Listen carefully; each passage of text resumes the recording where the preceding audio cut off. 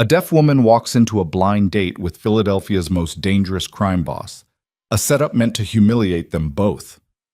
But when their eyes meet across the candlelit table, he doesn't fumble or panic. Instead, Kael Virelli raises his hands and signs her name with perfect fluency, his fingers moving like he's been waiting his whole life to speak her language.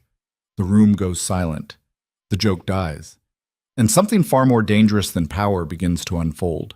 If you want to see where this impossible night leads, stay until the end and drop a comment with your city so I can see how far this story travels. Takishite.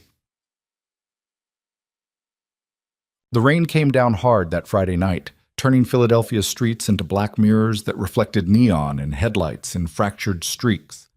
Inside Marcello's, the kind of Italian restaurant where reservations required connections and cash arrived in briefcases, the dinner crowd hummed with the comfortable noise of privilege and secrets.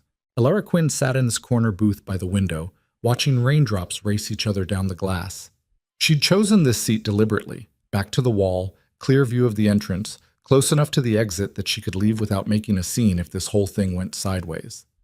Her friend Mira had set up this date with all the subtlety of a sledgehammer, insisting that Alara needed to get back out there after 2 years of teaching, Netflix, and exactly 0 romantic complications. The problem was that Mira had a twisted sense of humor and a habit of thinking she was funnier than she actually was. Alara checked her phone. 8:15. He was late. Whoever he was.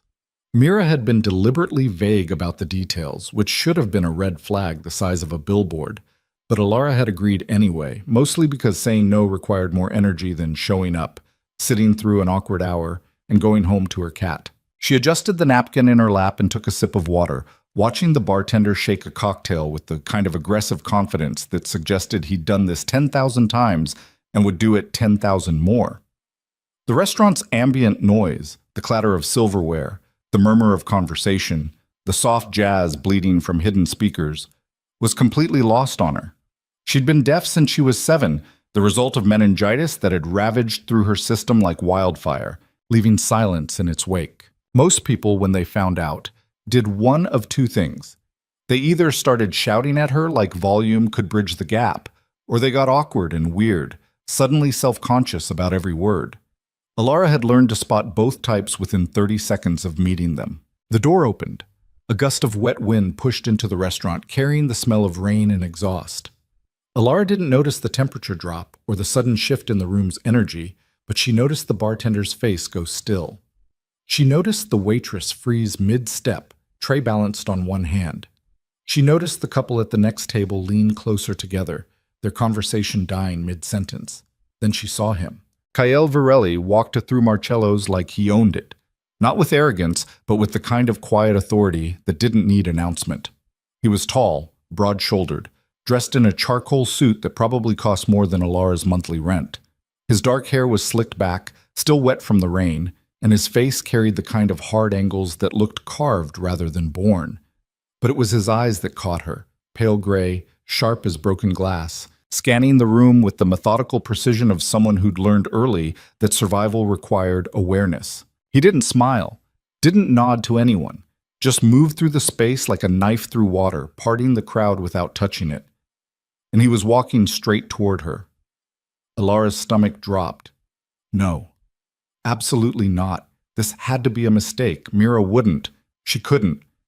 But even as the denial formed, she saw the recognition flicker across his face.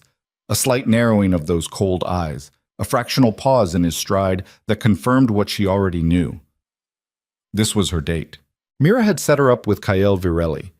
Alara had never met the man, but she knew the name. Everyone in Philadelphia knew the name. He was the kind of person newspapers wrote about in careful language, the kind prosecutors couldn't touch despite decades of trying. He ran things. Exactly what things depended on who you asked and how much they valued their kneecaps. But the consensus was clear. Kael Virelli was not someone you wanted to be near. And he was standing at her table. He looked down at her. She looked up at him. For 3 seconds, neither of them moved. Then something strange happened. Kael Virelli's expression shifted, not into warmth exactly, but into something less predatory. He glanced toward the bar where two men in expensive suits were watching with barely concealed grins, like kids waiting for a firecracker to go off. Alara followed his gaze, saw the smirks, and understood instantly. This was a setup, a joke, someone's idea of entertainment. Pair the crime boss with the deaf girl and watch the awkwardness unfold. Anger flared hot in her chest, not at Kyle, but at whoever had orchestrated this, at Mira for being complicit, at the casual cruelty of people who thought disability was punchline material. She started to stand, ready to walk out and leave this whole mess behind. But Kyle raised one hand, palm out, a gesture that said, "Wait." Then he did something Alara hadn't expected. He sat down across from her, unbuttoned his jacket with deliberate care, and met her eyes with an intensity that pinned her in place. His hands came up, fingers poised, and he signed with perfect, fluid clarity. "My name is Kyle. I'm sorry about this." Alara's breath caught.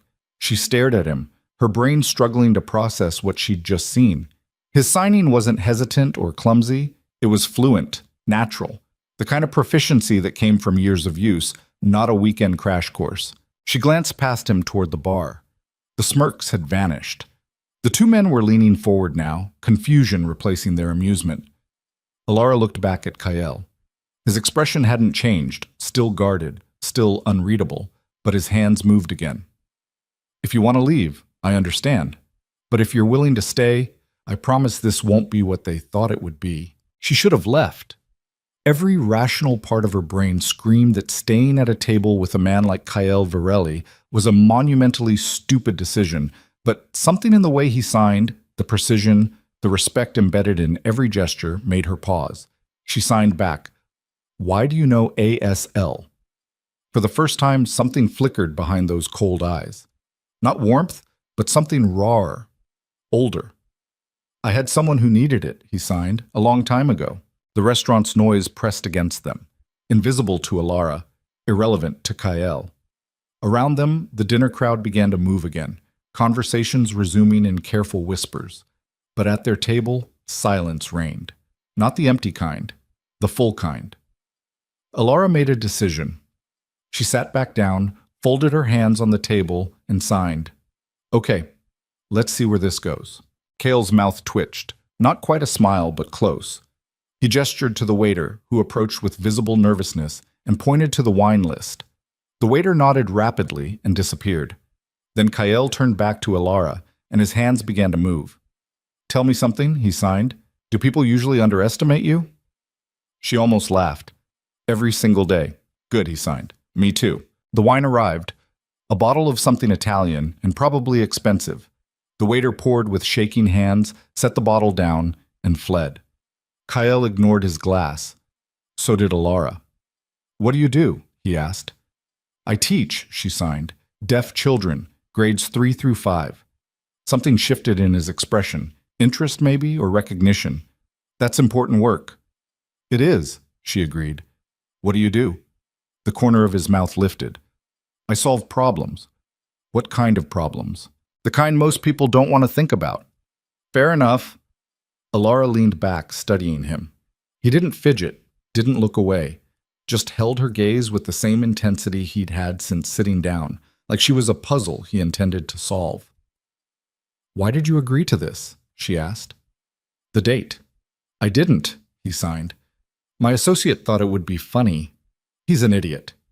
"My friend thought the same thing," Alara signed. "She's also an idiot. Seems like we both need better people in our lives." "Seems like." They sat in silence for a moment, the kind that didn't need filling. Then Kyle's hands moved again, slower this time. "Can I ask you something?" "You just did," she signed, "but go ahead. Do you ever get tired of people treating you like you're fragile?" The question hit harder than she expected. Alara took a breath, considering her answer. "Every day?" she finally signed.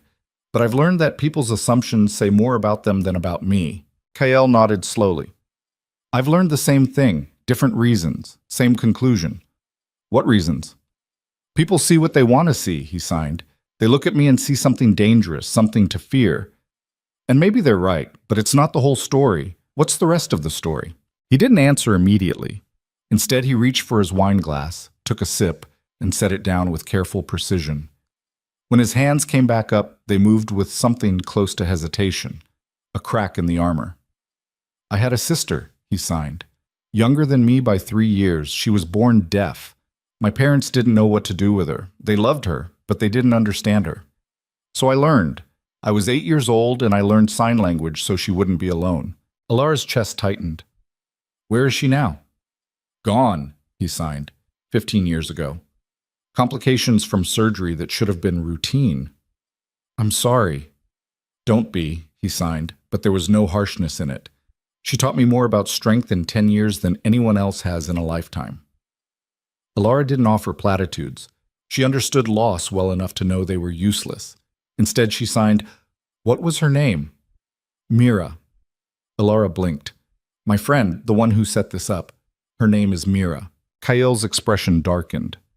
That's either a strange coincidence or someone's idea of a sick joke.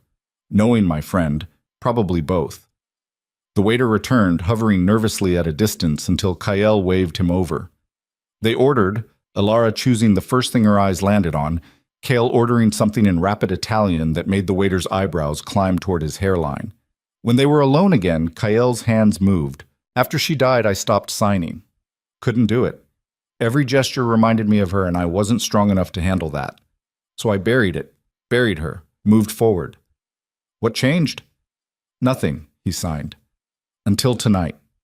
I walked in here, saw you, and my hands remembered before my brain could stop them. Alara's throat felt tight. She reached for her water glass, took a long sip, and tried to organize the chaos in her head. This wasn't how tonight was supposed to go. This wasn't how anything was supposed to go. I don't know what this is, she signed honestly. I came here expecting disaster. Instead, I'm sitting across from someone who actually understands. Is that a good thing? I don't know yet. Kael almost smiled.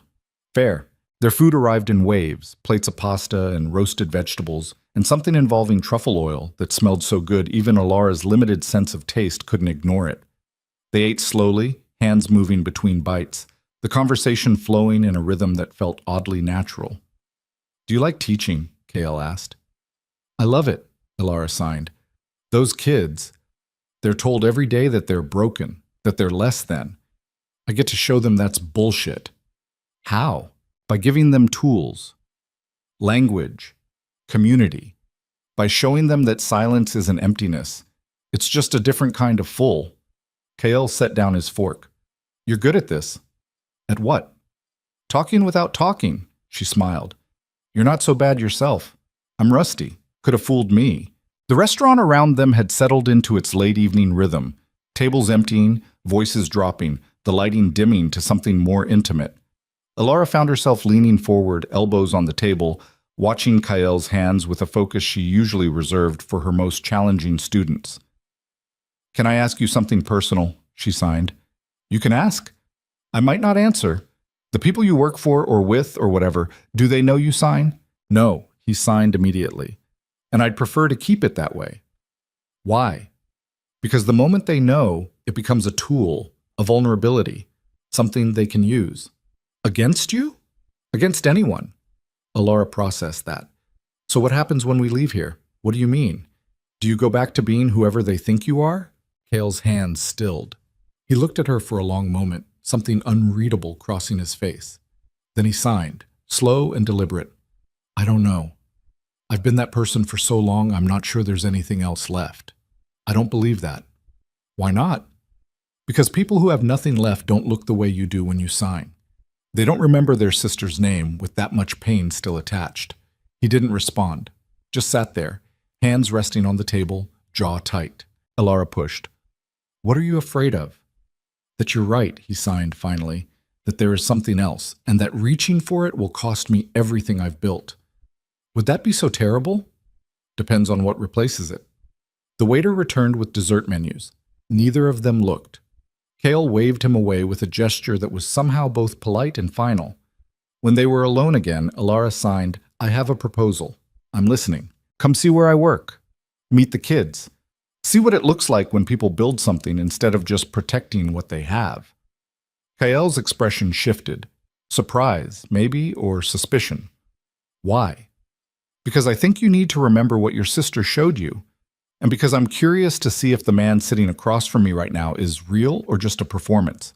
And if it's a performance, then we both wasted a nice dinner. And if it's not, then maybe you'll figure out what comes next. Kael sat back, studying her with those pale, calculating eyes. Alara held his gaze, refusing to flinch or soften.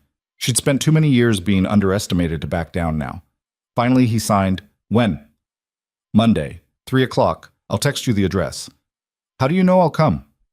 "I don't," she signed, "but I think you will anyway." Something close to respect flickered across his face. He reached into his jacket, pulled out a business card, and slid it across the table. It was blank except for a phone number embossed in black. "Text me," he signed. "I'll be there." They left Marcello's separately, Alara first, walking out into the rain with her coat pulled tight and her mind spinning. Kyle stayed behind, settling the bill and ignoring the stares from his associates at the bar. When he finally stood to leave, he paused at their table, looked both men in the eye, and signed something they couldn't understand. "Touch her, and I'll bury you myself." They didn't understand the words, but they understood the tone. Alara made it 3 blocks before she had to stop, leaning against a brick wall as the adrenaline drained out of her system.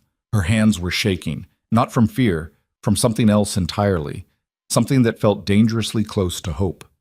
She pulled out her phone and texted Mira, "We need to talk. Tomorrow. My place. Bring wine and an explanation." The response came immediately. "OMG, how was it?" Alara didn't answer. Instead, she opened her contacts, added Kael's number, and typed out a single message. "Monday, 3 p.m. Riverside Elementary. Don't be late." She hit send before she could second-guess herself. The rain had softened to a drizzle by the time she reached her apartment, a third-floor walk-up in a neighborhood that was trying hard to be gentrified and failing spectacularly.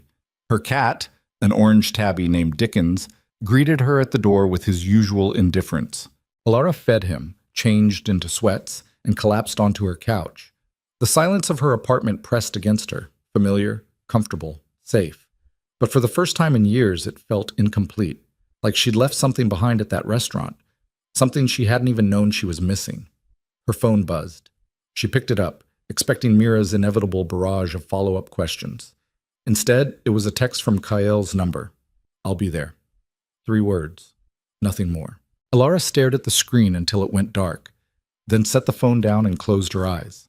She had no idea what she'd just started, but she knew, with the kind of certainty that lived in her bones, that nothing was going to be the same. Outside, Philadelphia hummed with its usual chaos. Sirens and traffic, and the endless pulse of a city that never quite slept. Inside, Alara sat in silence, her mind replaying the way Kael's hands had moved, the precision of each sign, the weight of everything left unspoken. Monday felt impossibly far away and terrifyingly close. She wondered if he felt the same. Monday arrived with the kind of gray cold that made Philadelphia feel like it was holding its breath. Kael stood across the street from Riverside Elementary at 2:45, hands shoved deep in his coat pockets, watching kids stream out through the front doors in clusters of noise and color. He'd been there for 20 minutes already, studying the building's layout, the exits, the security cameras mounted above the entrance. Old habits. He shouldn't have come. Had told himself a dozen times over the weekend that this was a mistake, that getting involved with someone like Alara Quinn was the kind of distraction that got people killed in his line of work. But Sunday night had found him lying awake at 3 in the morning, staring at his ceiling, his hands remembering signs he hadn't made in 15 years. So here he was. A black SUV rolled past, slowing as it reached his position. The rear window came down 6 inches.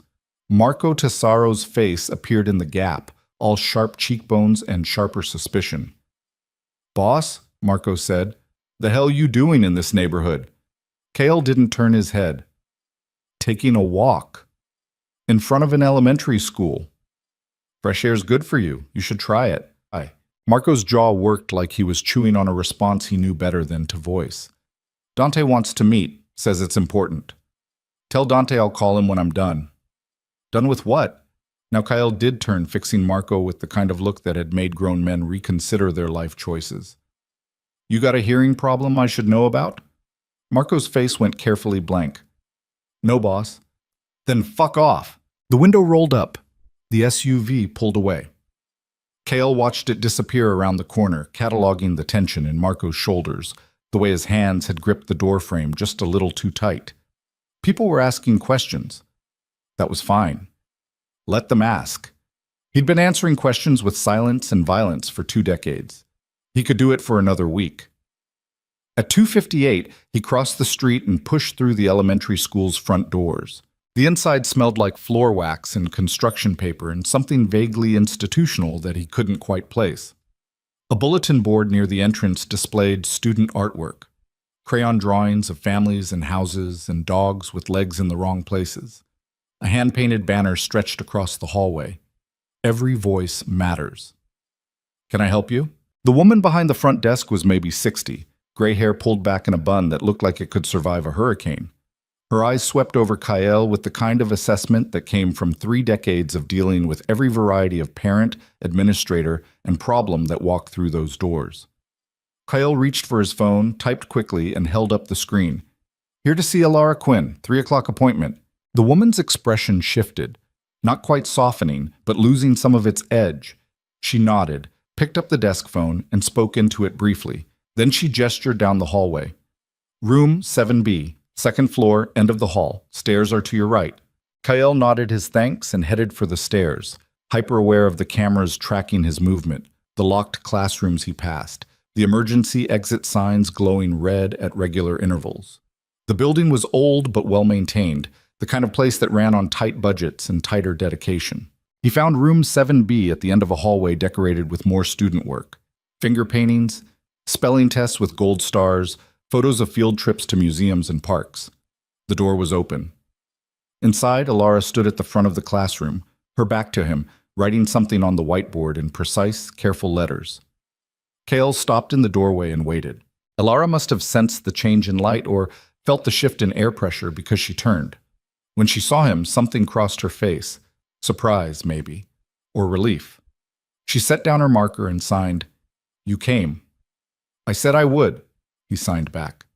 "People say a lot of things. I'm not most people." She almost smiled. "No, you're really not." The classroom was empty of students, but full of their presence. Desks arranged in a semicircle facing the front, walls covered in visual learning aids, a carpet in the reading corner worn soft from years of use.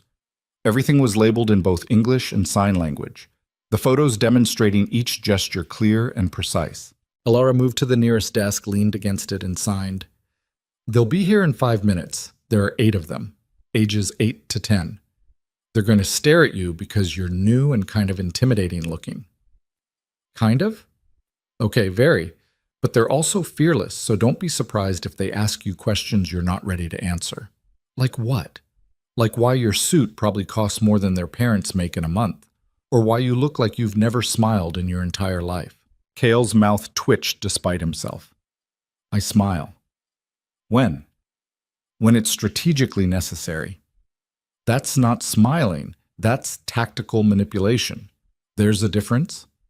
This time she did smile, and the expression transformed her face from merely pretty to something that hit him square in the chest. Before he could process that reaction, the sound of footsteps, multiple sets, moving fast, echoed from the hallway. The kids arrived like a storm system, 8 of them, ranging from small to smaller, backpacks bouncing, faces bright with the kind of energy that only existed in people under 4 feet tall. They poured into the classroom, signing to each other in rapid-fire bursts that Kyle struggled to follow, and then every single one of them stopped dead when they saw him. The silence that followed was absolute. Alara stepped forward, her hands moving in clear, deliberate signs. "Everyone, this is my friend Kyle. He's visiting today. Please make him feel welcome." A girl in the front row, maybe 9, with dark curls and suspicious eyes, signed, "Why is he here?" "Because I invited him," Alara signed back. "Why?" "Because sometimes it's good to meet new people." The girl looked Kyle up and down with an expression that suggested she'd seen through about 17 layers of bullshit and wasn't impressed by any of them. "He looks mean." Kyle knelt down, bringing himself to her eye level. "I get that a lot," he signed. "What's your name?" The girl's eyes widened. She glanced at Alara, then back at Kyle. "You sign?" I do. How come? I had a sister. She was deaf. I learned so we could talk. Where is she now? The question hit like a punch. Kael kept his expression neutral, his hands steady. She died. A long time ago. The girl processed this with the brutal honesty of someone too young to know that some truths required softening. That sucks. Yeah, Kael signed. It does. My name's Sophia. Nice to meet you, Sophia. She nodded, apparently satisfied, and moved past him to her desk. The other kids followed her lead, the ice broken, their curiosity overriding their caution. They settled into their seats with the kind of chaotic efficiency that suggested this was a well-established routine. Alara moved to the front of the room, and Kael retreated to a chair in the back corner, feeling suddenly out of place in a way he hadn't experienced in years. But he stayed, watched, paid attention. The next hour unfolded like nothing Kael had ever witnessed. Alara taught with the kind of intensity and focus that he recognized from his own work. The absolute commitment to the task at hand, the refusal to accept anything less than full effort. But where his world dealt in fear and control, hers dealt in patience and possibility. She taught them vocabulary, grammar, storytelling techniques. She corrected mistakes without judgment, praised improvements without condescension, and somehow managed to keep 8 kids engaged and focused for 50 straight minutes. Kael found himself leaning forward, watching her hands move, remembering the way his sisters had moved with the same confidence and grace. When Alara called for a break, the kids scattered, some to the reading corner, some to the windows. Sophia straight to Kael. "You're really good at signing," she signed, planting herself in front of his chair like a tiny interrogator. "I'm rusty," he signed back. "You don't look rusty. Looks can be deceiving. Ms. Quinn says that a lot. Miss Quinn is smart." Sophia glanced over her shoulder at Alara, who was helping another student with something, then back at Kael. "Do you like her?" Kael blinked. "What? Do you like Miss Quinn? Like her?" "That's a complicated question. No, it's not. It's yes or no. How old are you?" 9. "Don't change the subject." Kael almost laughed. "Almost? I like her," he signed carefully. "She seems like a good person." "She is," Sophia signed with absolute certainty. "She's the best teacher I've ever had. She doesn't treat us like we're broken." "You're not broken." "I know, but a lot of people don't." The simplicity of this statement cut deeper than it should have. Kael looked at this 9-year-old girl with her fierce eyes and her unflinching honesty and saw something of his sister in her. The same refusal to be diminished, the same quiet strength. "What do you want to be when you grow up?" he signed. "A lawyer," Sophia signed immediately, "so I can yell at people who are wrong and get paid for it." This time Kael did laugh, a short, surprise sound that made several kids turn to look. Sophia grinned like she'd won something. The rest of the afternoon passed in a blur of activity. The kids worked on a group project, something involving poster board and markers, and a truly impressive amount of glitter. Kael stayed in his corner, observing, occasionally fielding questions from the bolder students. One boy asked if he was a secret agent. Another asked if his suit was bulletproof. Sophia asked if he'd ever punched anyone, and when Kael hesitated, nodded like he'd confirmed something she'd already suspected. At 4:30, parents started arriving. They filtered in one by one, signing to their children, offering Kael polite but curious glances. He recognized the assessment in their eyes. The same calculation everyone made when they saw him. Dangerous. Other. Not one of us. But none of them said anything, just collected their kids and left. By 4:45, the classroom was empty except for Kael and Alara. She finished erasing the whiteboard, turned, and signed, So what? What did you think?" Kael stood, moved to the window, and looked out at the street below. The SUV was back, parked half a block down. Marco, probably, or one of Dante's other watchdogs. Keeping tabs, making sure the boss didn't do anything stupid. Too late for that. "Your students are terrifying," he signed. Alara moved to stand beside him. "In a good way?" "In the best way. That girl Sophia, she's going to run the world someday." "I know. I tell her that at least once a week. Does she believe you?" "Not yet, but she will." They stood in silence for a moment, watching the street. Then Alara signed, "Can I ask you something?" You're going to anyway. Why did you really come today? Kael turned to face her. Because I needed to see if I was remembering it right. Remembering what? What it felt like, he signed slowly, to be part of something that wasn't about power or control or fear. To be around people who built things instead of breaking them. And? You were right. I'd forgotten. Ilara's expression softened. It's not too late to remember, isn't it? Not if you don't want it to be. Before Kael could respond, his phone buzzed. He pulled it out, glanced at the screen, and felt his jaw tighten. 3 missed calls from Dante. 4 texts from Marco. 1 from Vincent, his second in command, that just read, "We need to talk. Now. Problem?" Ilara signed, "Always." He signed back, "I have to go. Will you come back?" The question hung between them, heavy with implications neither of them was ready to voice. Kael looked at her, really looked, taking in the hope and caution and something else he didn't have a name for. "Yes," he finally signed. "If you'll have me. Wednesday, same time. I'll be here." He left without another word, taking the stairs 2 at a time, pushing through the front doors into the gray afternoon. The SUV's engine started before he reached the curb. The rear door opened. Kael climbed in. Marco sat across from him, face carefully neutral. Vincent was in the front passenger seat, turned halfway around, his expression harder to read. "Where have you been?" Vincent asked. "Out? For 3 hours? I wasn't aware I needed to clear my schedule with you." Vincent's eyes narrowed. "Dante's pissed. Says you've been dodging his calls all week."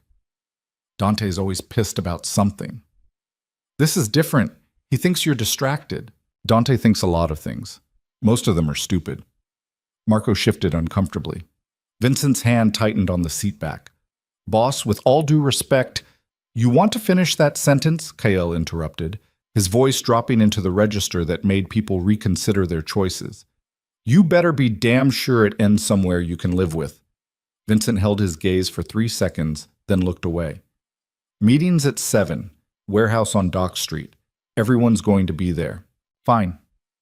You going to tell us what this is about?" "No." The rest of the ride passed in silence. They dropped Kael at his apartment, a penthouse in Center City with floor-to-ceiling windows and the kind of sterile luxury that came from having money but no interest in spending it on anything that mattered. He showered, changed into a different suit, and spent 20 minutes staring at his reflection in the bathroom mirror. His hands came up almost unconsciously, signing words to his reflection. "What the hell are you doing?" No answer. Just his own face staring back, looking older and harder than he remembered. At 6:30, his phone rang. Private number. "Yeah. It's me." Dante's voice, rough from 4 decades of cigarettes and shouting. "We need to talk. So talk. Not on the phone. Get to the warehouse early, just you." "Why?"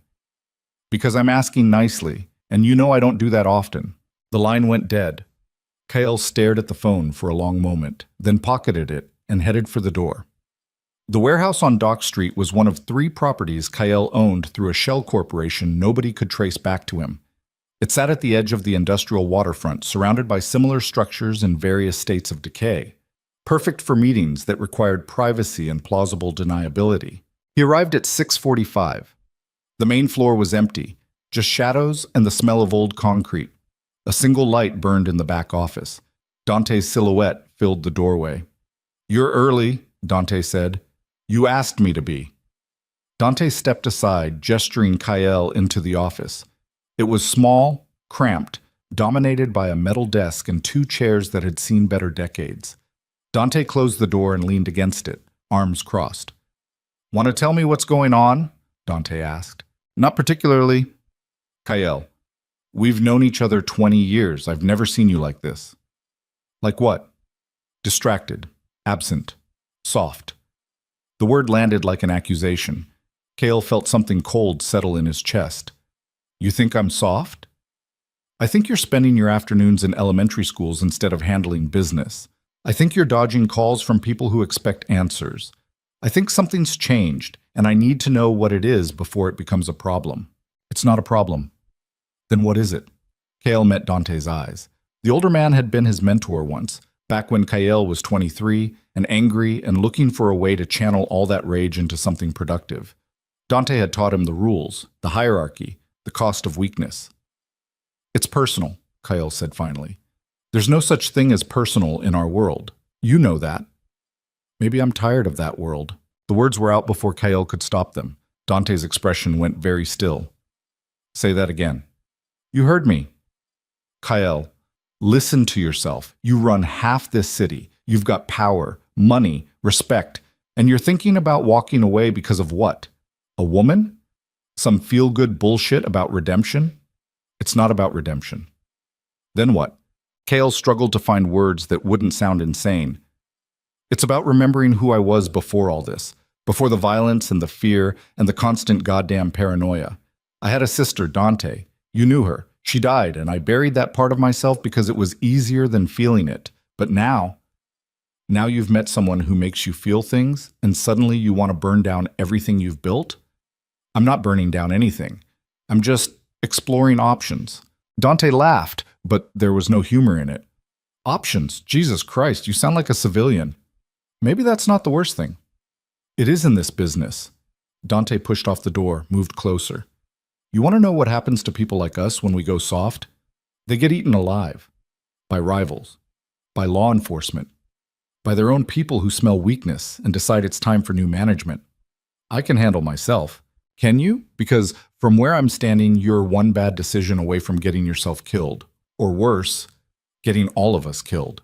That's not going to happen. You don't know that? Dante's voice rose, genuine anger bleeding through his usual control. You think this life comes with an off switch? You think you can just walk away and everything will be fine? There are people in this organization who would gut you the second they thought you were vulnerable. And this, he gestured vaguely, encompassing Kael's recent absences. This is vulnerability. Kael's hands curled into fists. I'm not vulnerable. Then prove it, tonight. When everyone gets here, you show them the man they know, the one who doesn't flinch, the one who makes the hard calls. You show them that, and maybe we can forget this conversation ever happened. And if I don't? Dante's expression went flat. Then we've got a problem. Footsteps echoed from the main warehouse floor, voices, growing louder. The others were arriving. Think about what I said, Dante murmured, then opened the door and walked out. Kael stood alone in the office, his reflection staring back from the dark window. Outside, he could hear his people gathering. Marco, Vincent, Tommy Rizzo and his cousin Frank, Angela Moretti, who ran their financial operations, probably a dozen others, all waiting for him to walk out there and be exactly who they expected. His phone buzzed. A text from Alara. Thank you for today. The kids loved you, especially Sophia. Another text followed immediately. She asked if you're coming back Wednesday. I told her you were. Don't make me a liar. Kael stared at the messages until his vision blurred. Then he walked out into the warehouse. The meeting lasted 2 hours. Dante ran through business, territory disputes, collection issues, a shipment that had gone sideways in Baltimore. Kael listened, contributed when necessary, made the kind of decisions that had kept him alive and on top for 15 years. He was good at this. Had always been good at this. It came as naturally as breathing, but the whole time part of his mind was elsewhere, in a classroom with 8 kids and a teacher who looked at him like he might be worth saving. When the meeting broke up, Marco cornered him near the exit. Boss, can I ask you something? Depends on what it is. Marco glanced around, making sure they were alone. That woman from Friday night, the dinner. You seen her? Every instinct Kael had screamed danger. Admitting to Marco meant admitting to everyone, and everyone meant vulnerability, leverage, risk. But he was tired of lying. Yeah, he said. I am. Marco's expression cycled through surprise, confusion, and something that might have been concern. Does she know what you do? She knows enough. And she's okay with it? We haven't gotten that far yet. Kael. Marco stepped closer, lowering his voice. I've known you a long time, and I've never seen you like this. Whatever this is, whatever you're feeling, you need to be careful. There are people who'd use that against you. I know. Do you? Because Dante's already talking, and if he's talking, others are listening. Let them talk. It's not that simple. You taught me that. You taught all of us that weakness gets punished in this business. She's not weakness. Maybe not to you, but to them? Marco gestured vaguely toward the warehouse. She's a target.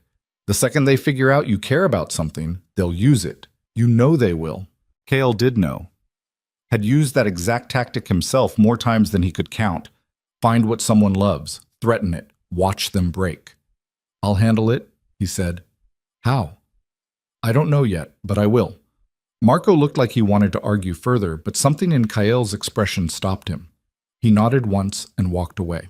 Kael stood in the empty warehouse for another 10 minutes, listening to the building settle, feeling the weight of every decision he'd made pressing down on his shoulders. His phone buzzed again. Another text from Alara. Forgot to ask, do you like coffee? There's a place near the school. We could grab some after Wednesday if you're free. Such a simple question, such a normal question. The kind of thing normal people asked each other every day without having to calculate the tactical implications or assess the potential collateral damage. Kael typed out a response. I like coffee. Wednesday sounds good. He hit send before he could second guess it. The walk back to his car took him past the waterfront, where the Delaware River moved slow and dark under the city lights. He stopped at the railing, looking out at the water, and for the first time in 15 years allowed himself to imagine a different life. A life where he could walk into a coffee shop without cataloging exits, where he could meet someone without running background checks, where the hardest decision of his day was what to order, not who to hurt. His hands came up, signing into the empty air. What would you tell me to do? The question was aimed at his sister, at the ghost of a girl who'd been gone longer than she'd been alive, at the memory of someone who'd once believed he could be good. The river had no answers, just kept flowing, indifferent to his crisis. Kael's phone rang. Vincent. What? We've got a situation. North side. Someone's moving product in our territory without clearance. Back to reality. Back to the world that made sense, where the rules were clear and the consequences absolute. Handle it, Kael said. You don't want to be there? No, you're capable. Take Marco. Make it clean. A pause. You sure? I'm sure. He hung up before Vincent could question him further. Wednesday. He just had to make it to Wednesday. The next 2 days crawled past like punishment. Kael handled business on autopilot. Meetings with lawyers, discussions with accountants, a brief but pointed conversation with a councilman who'd forgotten which pocket he was supposed to be in. Everything functioned exactly as it was designed to function. Smooth, efficient, brutal when necessary. But his mind kept drifting back to that classroom, to Sophia's fierce questions and Alara's patient hands, and the way the afternoon light had slanted through those windows, making everything look softer than it had any right to be. Tuesday night, he got a call from Angela Moretti. We need to talk about the accounts, she said without preamble. What about them? There's movement I don't recognize. Someone's been asking questions, poking around. Kael's grip tightened on the phone. Who? Don't know yet. But they're good. Professional. This isn't local heat. Federal? Maybe, or private. Could be a rival doing reconnaissance. Either way, we need to be careful. Tighten everything up. Move the liquid assets to the backup accounts. And Angela, keep this quiet. I don't want panic. Already done. But Kael, whatever you're doing right now, whatever's got you distracted, you might want to put it on hold until we figure this out. Noted. He ended the call and stared at the ceiling of his bedroom, sleep suddenly impossible. Wednesday morning arrived gray and cold. Kael showered, dressed, forced himself to eat breakfast even though his stomach was twisted in knots. At 2:30, he was parked across from Riverside Elementary again, watching the building and the street and the slowly gathering clouds that promised rain. His phone rang. Dante. Kael almost didn't answer, but old habits won out. What? Where are you? Dante's voice was tight. Out. Are you at that goddamn school again? That's none of your business. It is when it puts us all at risk. Angela called me. Told me about the federal interest. You know what happens if they connect you to that woman? To those kids? They'll use them, Kael. They'll squeeze every drop of leverage they can find. I know. Then what the hell are you doing? Kael watched Alara's car pull into the parking lot. Watched her get out. balancing a coffee cup in her bag, moving with the kind of unself-conscious grace that came from someone who'd never had to calculate threat levels before crossing a parking lot. "I'm trying," he said quietly, "to figure out if there's anything left in me worth saving." Jesus Christ. Dante's exhale crackled across the line. "You're really going through with this." "I don't know what I'm doing, but I know I can't keep living the way I have been." "Then you're a fool, and fools don't last long in our world." The line went dead. Cale sat in his car for another 3 minutes, watching Alara disappear into the building. Every rational part of his brain screamed at him to drive away, to cut ties, to protect her by removing himself from her orbit before his world could touch hers. But his hands remembered the signs. His chest remembered how it felt to breathe without weight. He got out of the car and crossed the street. The afternoon unfolded like the previous one, but with subtle differences. The kids were louder, more comfortable with his presence. Sophia appointed herself his personal guide, explaining classroom rules with the kind of authority usually reserved for military generals. Another boy, Marcus, asked if Kyle could help him with his math homework, and Kyle found himself walking through long division using signs he had to look up on his phone. Elora watched from the front of the room, something soft in her expression that made Kyle's chest ache. At 4:30, after the last parent had collected their child, Elora signed. "Coffee?" "Coffee," Kyle agreed. They walked 3 blocks to a small shop called Grounds for Thought, the kind of place with mismatched furniture and local art on the walls, and a chalkboard menu that changed daily. Alara ordered something complicated involving caramel and extra foam. Kyle got black coffee and felt judged by the barista's expression. They found a table in the corner, away from the window. Alara wrapped her hands around her cup and signed, "You look tired." "I am tired. Bad week. Complicated week. Want to talk about it?" Kale hesitated. The smart play was to deflect, to keep his 2 worlds separate and sealed. But sitting across from her, watching the way the coffee shop's warm light caught in her hair, he found himself breaking his own rules. "People in my life are concerned," he signed. "They think I'm making mistakes, getting distracted." "Are you?" "Probably. Do you regret it?" "No." The answer came faster than he expected. "But I don't know how to reconcile who I am with this. This? Being here, with you, in a world that doesn't run on fear and control." Alara set down her coffee.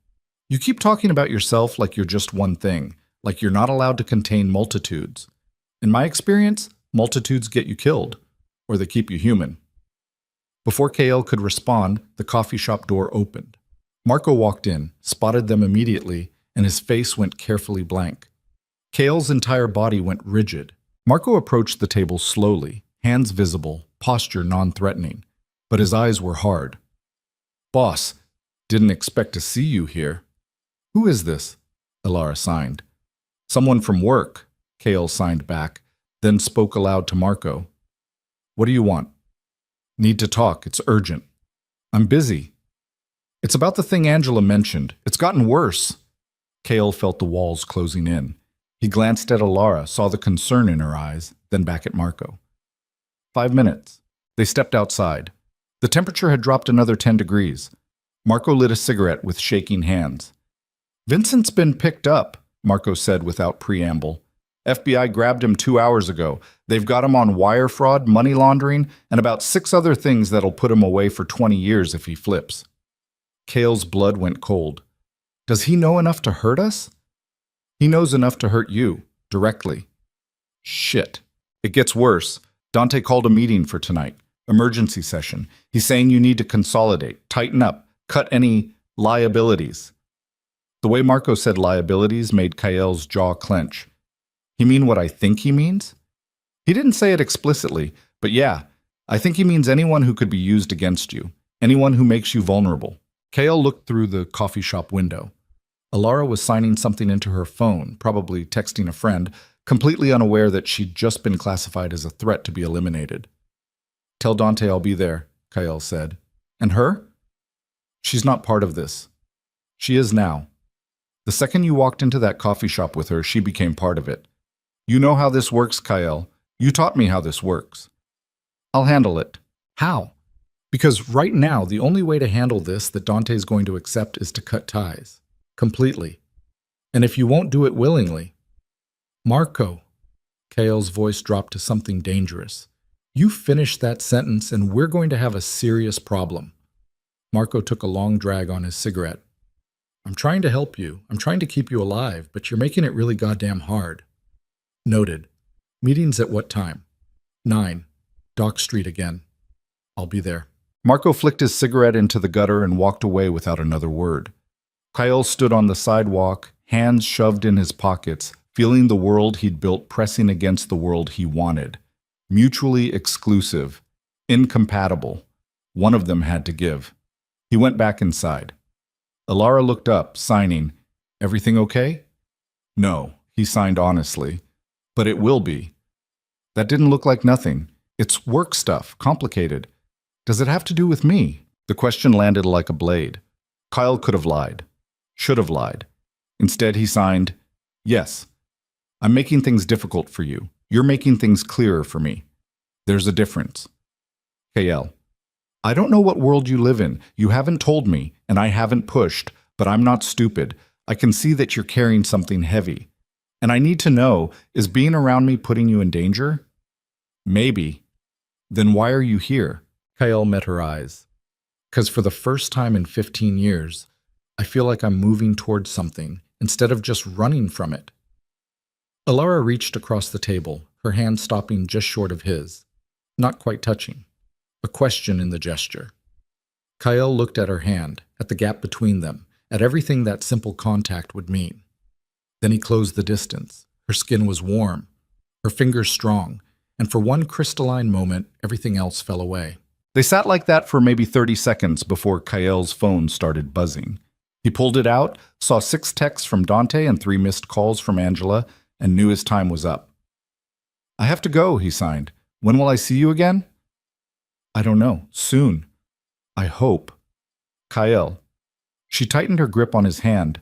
"Whatever's happening, whatever you're dealing with, be careful. I will. Promise. I promise." He stood, pulled on his coat, and walked out into the gathering dark. The temperature had dropped another 5 degrees. The first drops of rain were starting to fall. By the time he reached his car, it was pouring. The warehouse was already full when Kyle arrived at 8:50.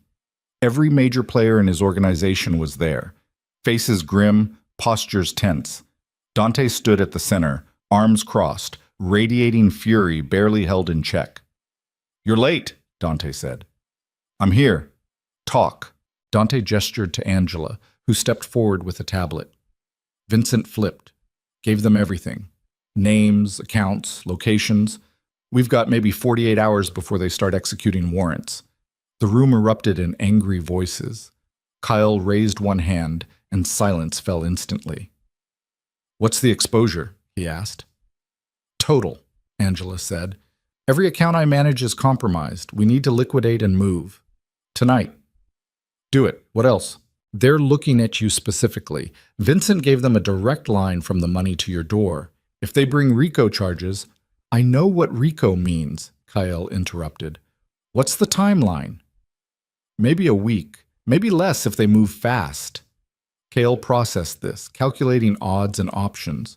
Around him, his people waited for orders, for leadership, for him to be exactly who they needed him to be. "All right," he said. "Here's what we're going to do. Angela, liquidate everything. Move it to the secondary and tertiary accounts. Nothing traceable. Marco, you and Tommy handle physical assets. Get them off property and into storage. Use the Pennsylvania locations, not Jersey. Dante." "We need to talk about your situation," Dante interrupted. "What situation?" "The woman, the school teacher. If the feds are building a case on you, she becomes leverage. They'll use her to pressure you. Or worse, they'll dig into her life and find ways to connect her to our business." "She's not connected to our business." "She is, if you keep seeing her." Dante's voice rose. "Jesus Christ, Kale. For once in your life, think strategically. You want to protect her? Cut ties. Disappear from her world. It's the only way to keep her safe." Kale felt every eye in the room on him, felt the weight of their expectations, their judgments, their need for him to be the man who made the hard calls. "No," he said quietly. "What?" "I said no." Dante's face went red. You're choosing her over this? Over us? Over everything we've built? I'm choosing to stop living like every human connection is a tactical liability. I'm choosing to be more than the sum of my worst decisions. That's suicide. Maybe, but it's my choice to make. The warehouse went dead silent. Kale could feel the shift in the room, confusion, anger, something that might have been respect. Marco looked like he was about to be sick. Angela's expression was unreadable. Dante stepped closer, lowering his voice to something almost gentle. Kale, listen to me. I've known you since you were a kid. I watched you build this. I watched you survive things that would have broken other men. But this is going to destroy you. And when you fall, you're taking all of us with you. Then maybe it's time for something new. There is no something new. There's this world or there's nothing. And if you choose nothing, you don't get to walk away clean. You know that. Kale did know that. Had always known that. The life he'd chosen didn't come with exit ramps or happy endings. It came with consequences.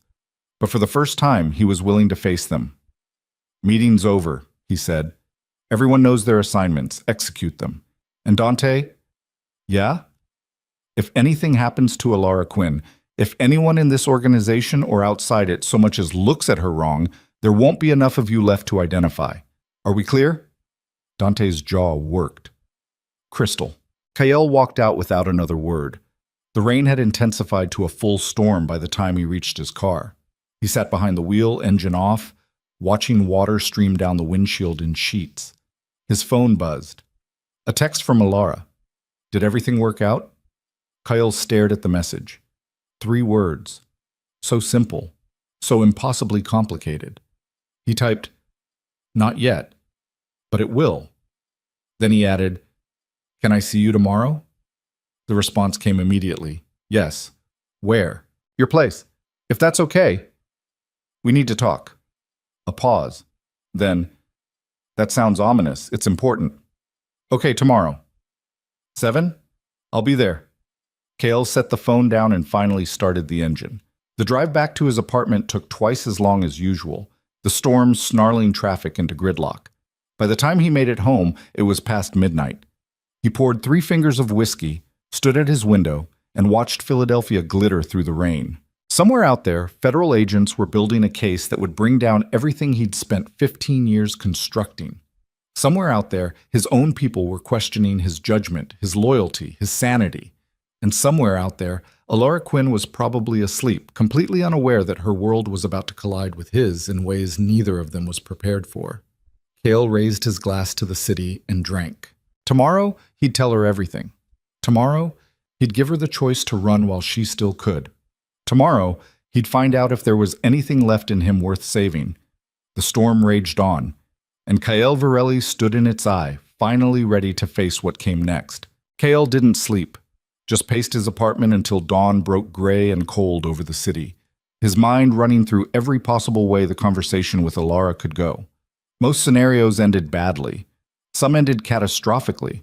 None ended with her looking at him the same way she had across that coffee shop table. By 6:30, his phone was exploding with updates. Angela confirming the last transfers had gone through. Marco reporting that the physical assets were secure. Tommy sending a terse message that simply read, "We're clean, for now." And one from Dante that made Kyle's jaw clench. "You're making a mistake. Last chance to fix it." He deleted it without responding. At 6:45, he showered, dressed in jeans and a sweater, instead of his usual armor of expensive suits, and stood in front of his bathroom mirror practicing signs he hadn't needed in years. The words felt clumsy on his hands, like trying to speak a language he'd once been fluent in, but had abandoned so long the grammar had calcified. "I need to tell you something. My world is dangerous. You deserve to know what you're walking into." The signs looked pathetic in his reflection, inadequate for what he needed to convey. He tried again. "I'm not who you think I am." Worse. That sounded like the opening line of every bad confession scene in every terrible movie. His hands dropped. Maybe there were no right words for this. Maybe honesty just meant showing up and letting the truth detonate however it was going to detonate. At 7:03, he pulled up outside Alara's building, a converted warehouse in the Northern Liberties neighborhood, all exposed brick and industrial windows. He'd run a background check on the address 3 days ago. couldn't help himself. Old habits.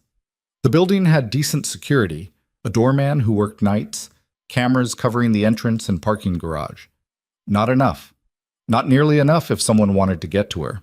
Kyle killed the engine and sat for a moment, watching rain streak down his windshield. His phone buzzed. Text from Marco. Last chance to reconsider. He pocketed the phone without answering and got out. The lobby was empty except for a guy reading a newspaper behind the desk. He barely glanced up as Kyle signed in, just waved him toward the elevators with the bored efficiency of someone who'd seen every variety of visitor and stopped caring about distinguishing between them. Third floor. Unit 3C. Kyle raised his hand to knock, then paused. From inside, he could hear music, something with piano, muffled but clear enough that he recognized it as live performance, not a recording. Classical, probably. The kind of thing people played when they were thinking too hard about something. He knocked. The music stopped. Footsteps approached. The door opened. Sit. Alara stood there in jeans and an oversized sweater, hair pulled back in a messy bun, no makeup, looking more beautiful than she had any right to. Her eyes widened slightly when she saw him, then she smiled and stepped back, gesturing him inside. The apartment was small but warm, lots of plants, bookshelves crammed with titles in both English and what looked like academic texts on deaf education. Photos on the walls of her with friends, with students, with a couple who might have been her parents. A beat-up upright piano sat against one wall, sheet music scattered across its top. You play? Kale signed. Learned when I was a kid, before I lost my hearing, Alara signed back. Kept playing after. I can't hear it, but I can feel it. The vibrations. It helps me think. What were you thinking about? You. This conversation you said we needed to have. No point in delaying. Kale moved to the couch, sat down, and waited for Alara to join him.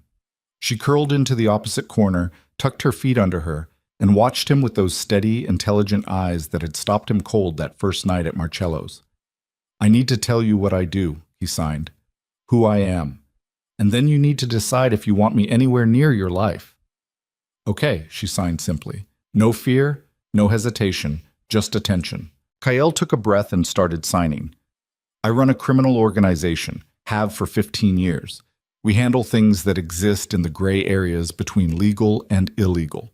Sometimes we cross way over into illegal. Money laundering, loan sharking, protection. I've hurt people, ordered people hurt, made decisions that would put me in prison for the rest of my life if the wrong person ever got enough evidence. Alara's expression didn't change. She just kept watching. 3 days ago, one of my people got picked up by the FBI. He's talking, giving them everything, which means in the next week, maybe 2, they're going to come after me, after everyone connected to me. And that includes you now. How? Because I've been seen with you. Because people in my organization know about you. Because the second they start building their case, they're going to look at everyone in my life and figure out how to use them. Use them how? As leverage, as pressure. They'll threaten you to get to me, or they'll dig into your life looking for connections. And even if they don't find any, the investigation alone will destroy your reputation. You teach children, Alara. You work in a world that requires trust. The second your name gets attached to mine in some federal filing, that trust evaporates. Alara processed this in silence for a long moment. Then she signed, Why are you telling me this? Because you deserve to know. Because I'm done lying about who I am. And because I need you to understand that the smart thing, the only safe thing, is for you to walk away. Right now.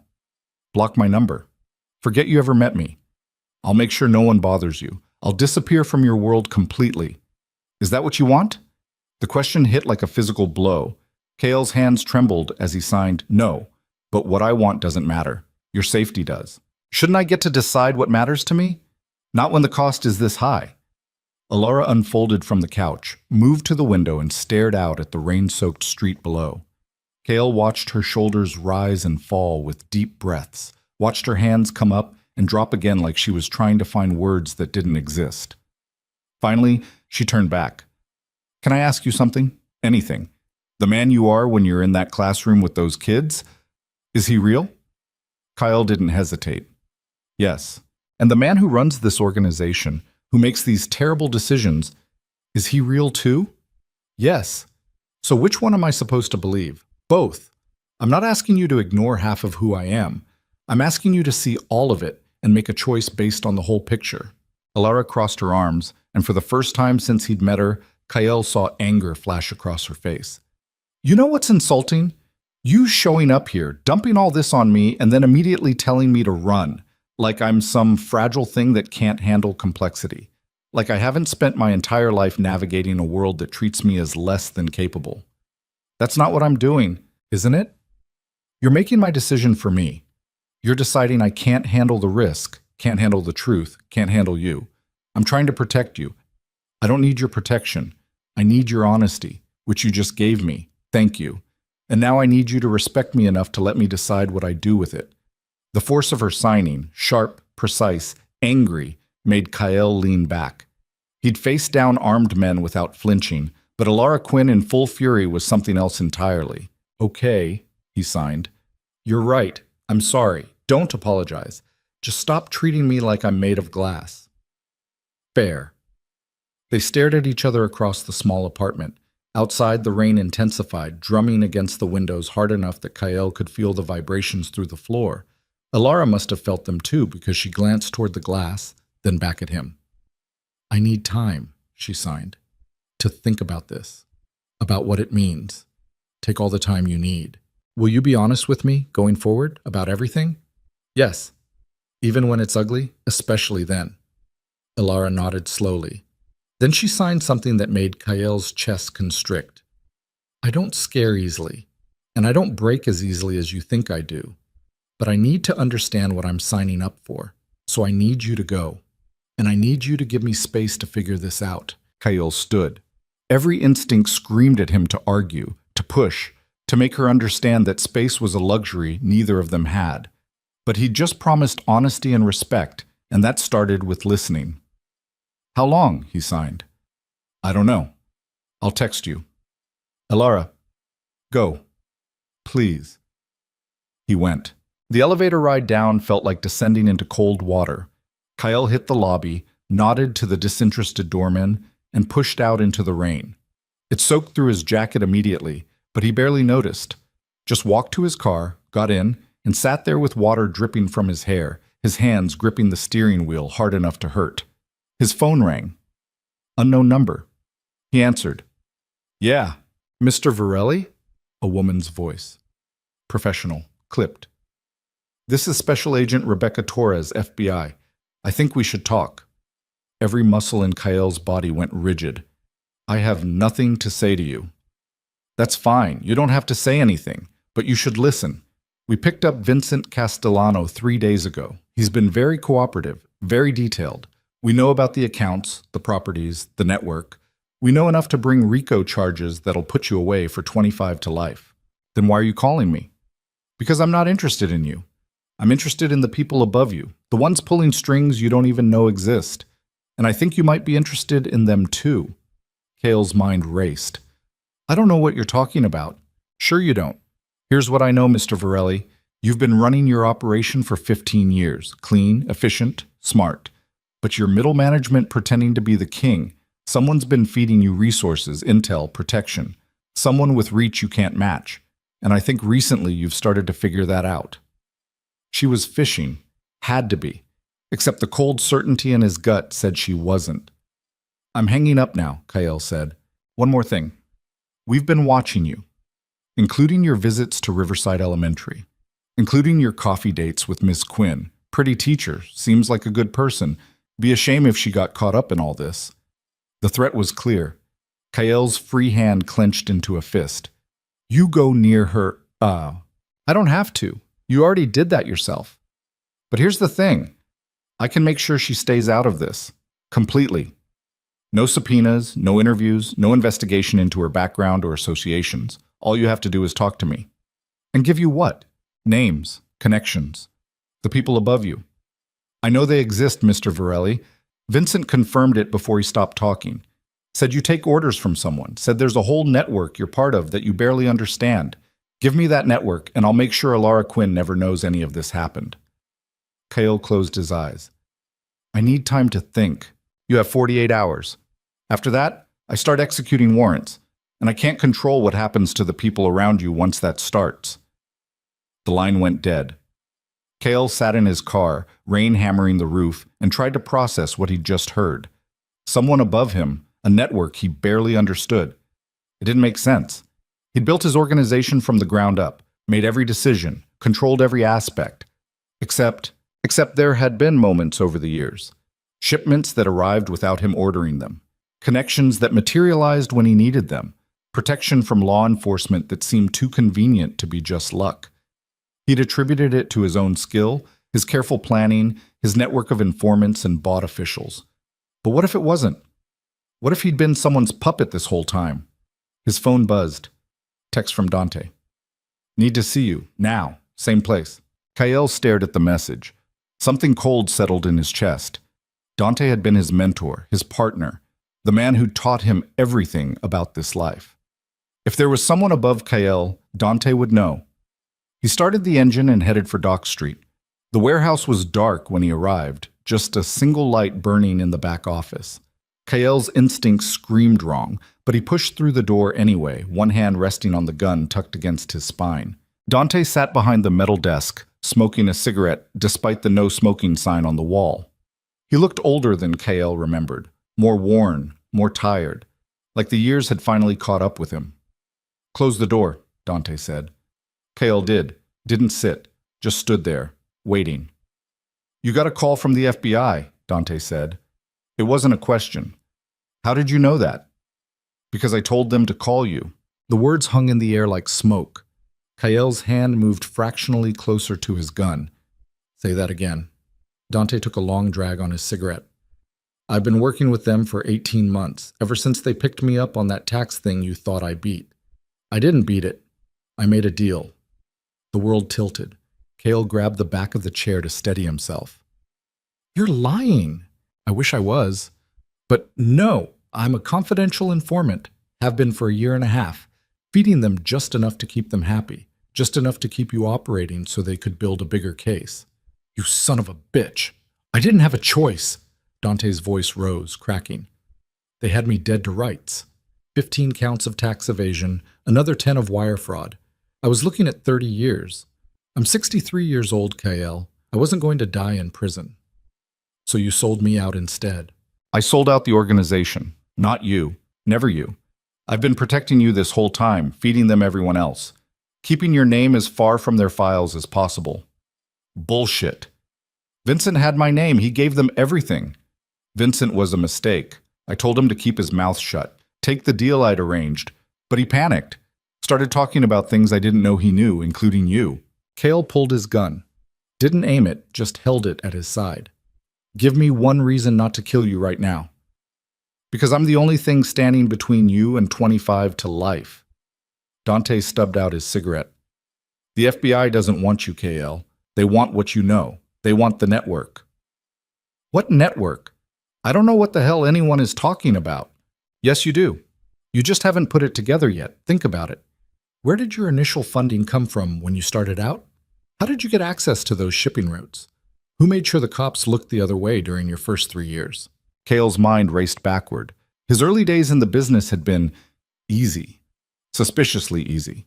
He'd attributed it to his own intelligence, his careful planning. But Dante was right. There had been help, resources that appeared when he needed them. Who? Kael demanded. I don't know all of it, just pieces. But there's a group. Old money, new connections. They've been running operations in 6 cities for 20 years. They find people like you, smart, angry, ambitious, and they give you just enough rope to build something. Then they own you. Why? Control, leverage, profit. Does it matter? The point is, you've been working for them this whole time without knowing it, and they've been using you to move things, money, product, influence, that you never saw. Kael's finger tightened on the trigger. And you knew this. I suspected, but I didn't confirm it until the FBI started asking questions about transactions I'd never heard of. Accounts connected to yours that you never opened. That's when I realized how deep this went. So you made a deal. You'd give them the network, and in exchange, what? You walk? I disappear. New identity, witness protection, the whole package. And I tried to keep you out of it. I swear to God, Kael, I tried. Not hard enough. Kyle raised the gun. Dante didn't flinch, just met his eyes with something that might have been regret. You pull that trigger, Dante said quietly, and you guarantee Alara Quinn gets dragged into this. They're watching you. They're watching her. The second I turn up dead, they'll assume you're cleaning house, and she becomes target number 1 for a subpoena. The gun wavered. But if you don't pull that trigger, Dante continued, I can give you a way out. I can give you the name of one person in the network. One name that'll be enough to satisfy the FBI and keep them from coming after you or anyone you care about. What name? The person who set all this up. The one who's been pulling your strings for 15 years. You give them that name and you're done. Free. Clean slate. Kyle wanted to pull the trigger so badly his hand shook.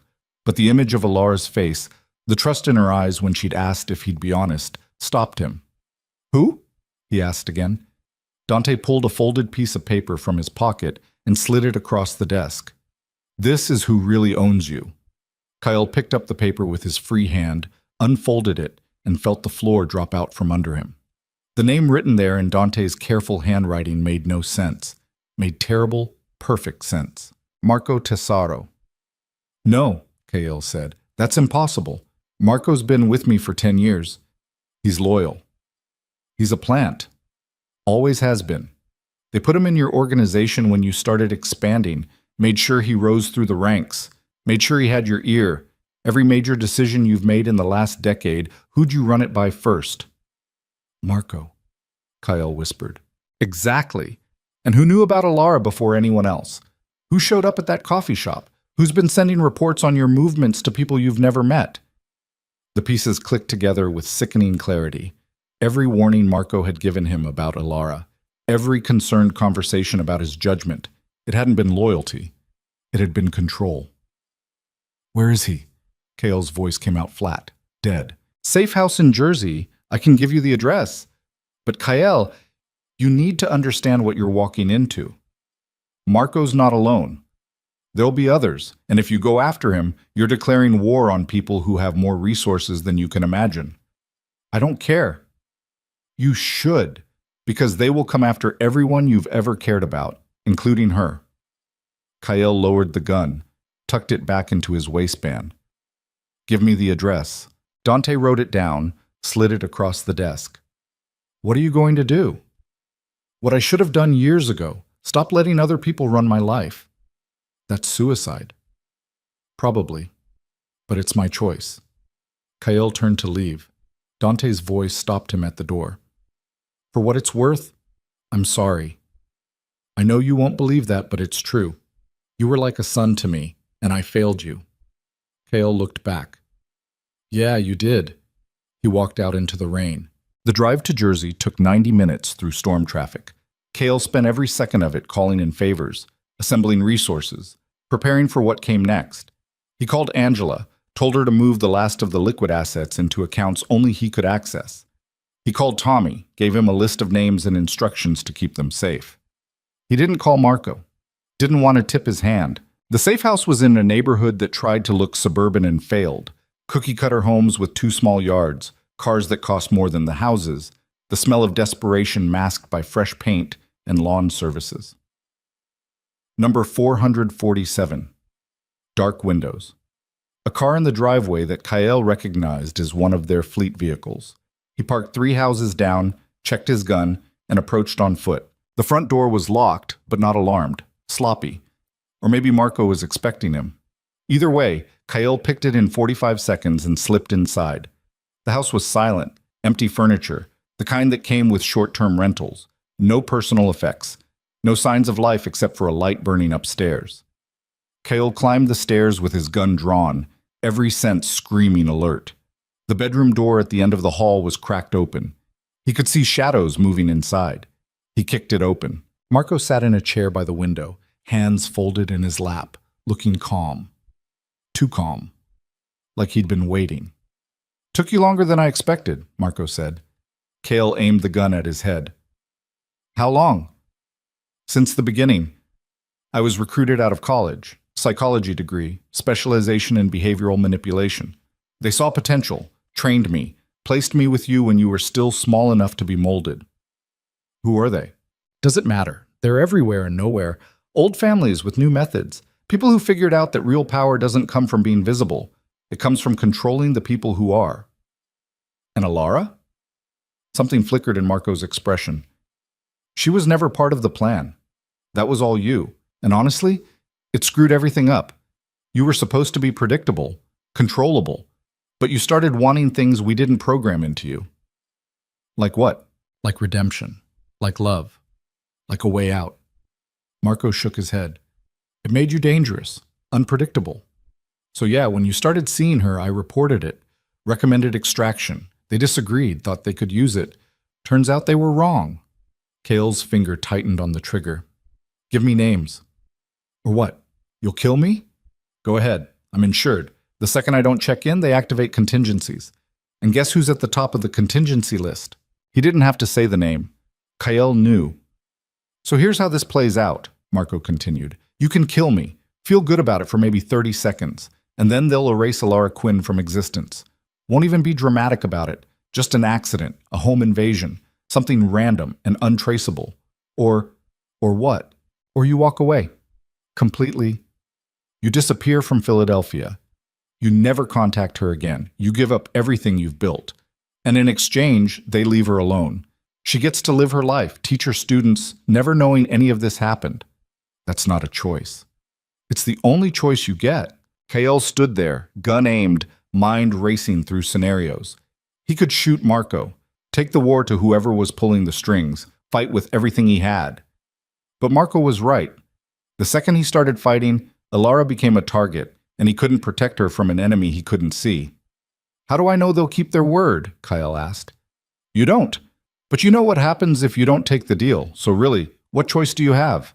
None. He had no choice, and that realization felt like drowning. Kale lowered the gun. I want proof. I want confirmation that she's safe. You'll have it. 24 hours after you leave the city, you'll get a message. Proof of life, proof she's untouched, and as long as you stay gone, it stays that way. And if I don't leave, then the first thing that happens is she loses her job.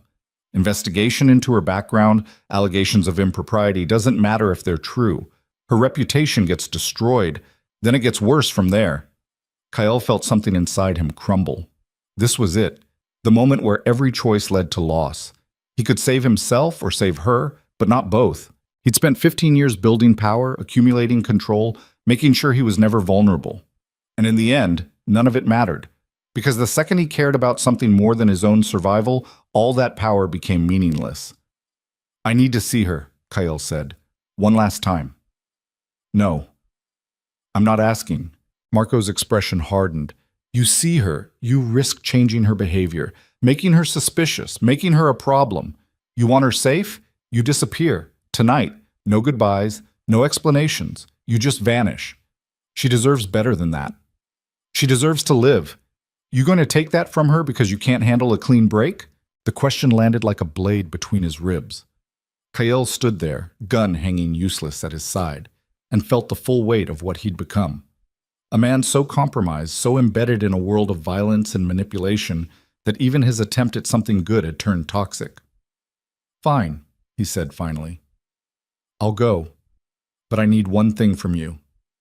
What? You make sure someone watches over her, not obviously, not intrusively, but someone who makes sure she stays safe, real safe, not just from your people, but from everyone. That's not how this works.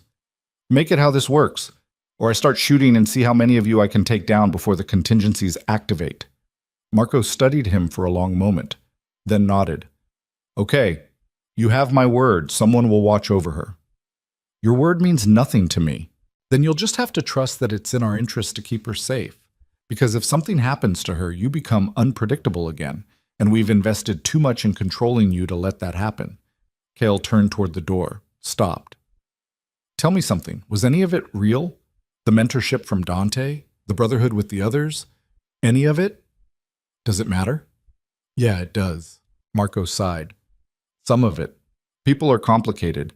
Even when they're playing roles, pieces of who they really are bleed through. Dante genuinely cared about you, even while he was selling you out.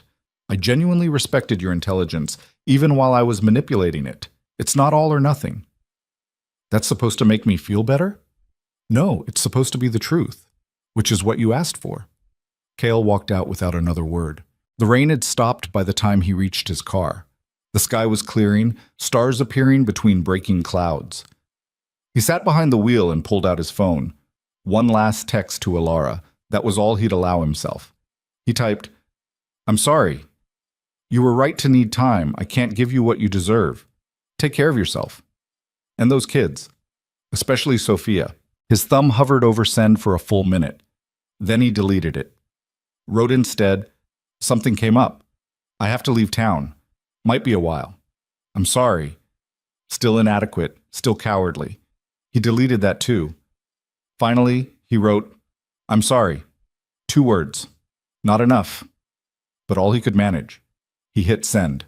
Then he turned off his phone, tossed it out the window into a storm drain, and started driving. Away from Philadelphia, away from Alara, away from the wreckage of every choice that had brought him to this moment. He didn't have a destination. Didn't matter, as long as it was far from her. The highway stretched out ahead, empty and endless. Kyle drove through the night, watching the city lights fade in his rearview mirror, feeling every mile put more distance between him and the only thing that had made him feel human in 15 years. Somewhere behind him, Alara would wake up to that message, would read those 2 words and try to make sense of them, would maybe feel relieved, maybe feel hurt, maybe feel nothing at all, and she'd be safe. That was what mattered, even if it destroyed him to make it true. The stars disappeared behind clouds again as he crossed the state line. Kyle kept driving, his hands gripping the wheel, his mind empty of everything except the road ahead and the life he was leaving behind. He'd wanted redemption, wanted to be more than the sum of his worst choices. Instead, he'd learned the cruelest lesson of all, that sometimes the most loving thing you could do was walk away, even when every cell in your body screamed to stay and fight, especially then. The highway stretched on into darkness, and Kyle Varelli drove into it alone, carrying nothing but the weight of what he'd lost and the knowledge that he'd chosen this. For her. Always for her. Kyle made it 70 miles before he turned the car around. The decision came at a rest stop just past the Delaware border, 3 in the morning, standing in fluorescent-lit bathroom that smelled like industrial cleaner and broken dreams. He'd been staring at his reflection in the scratched mirror, water dripping from his hands, when the clarity hit him like a gunshot. He was running. Again. Just like he'd run from his sister's memory for 15 years. Just like he'd run from every hard truth by burying it under violence and control. And this time, the running would cost him the only thing that had ever made him want to stop. Alara had asked him to be honest, had demanded he respect her enough to let her make her own choices. And his response had been to make the biggest choice of her life without even telling her it was happening. Marco was right about one thing. Kyle had been controlled his whole life. First by grief, then by Dante. Then by people whose names he didn't even know. But standing in that bathroom, hands shaking, face haggard in the mirror, he realized something fundamental had shifted. He was done being controlled, even if it killed him, even if it killed everything.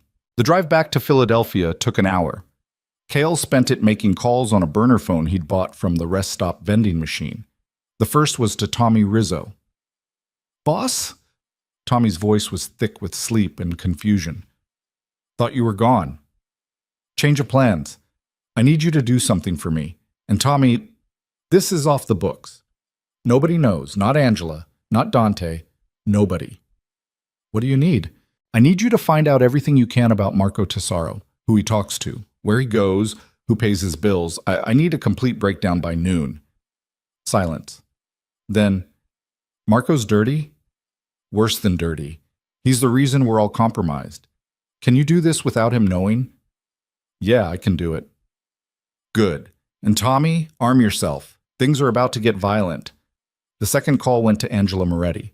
She picked up on the first ring, voice sharp and alert despite the hour. "I thought you were running," she said. "Who told you that?" "Marco said you'd decided to disappear. Smart move, considering the heat.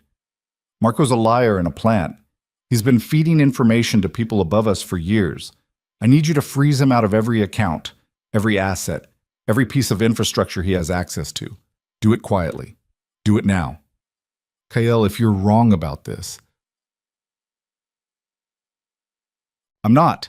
You're getting to find proof in the next few hours. When you do, I need you to be ready to move fast. Can you do that? A pause. You're really going to war over this? Not over it, through it. That's suicide. Probably. You in or out? Another pause, longer this time. Then, in. But Kyle, you better be right. I am. The third call was the hardest.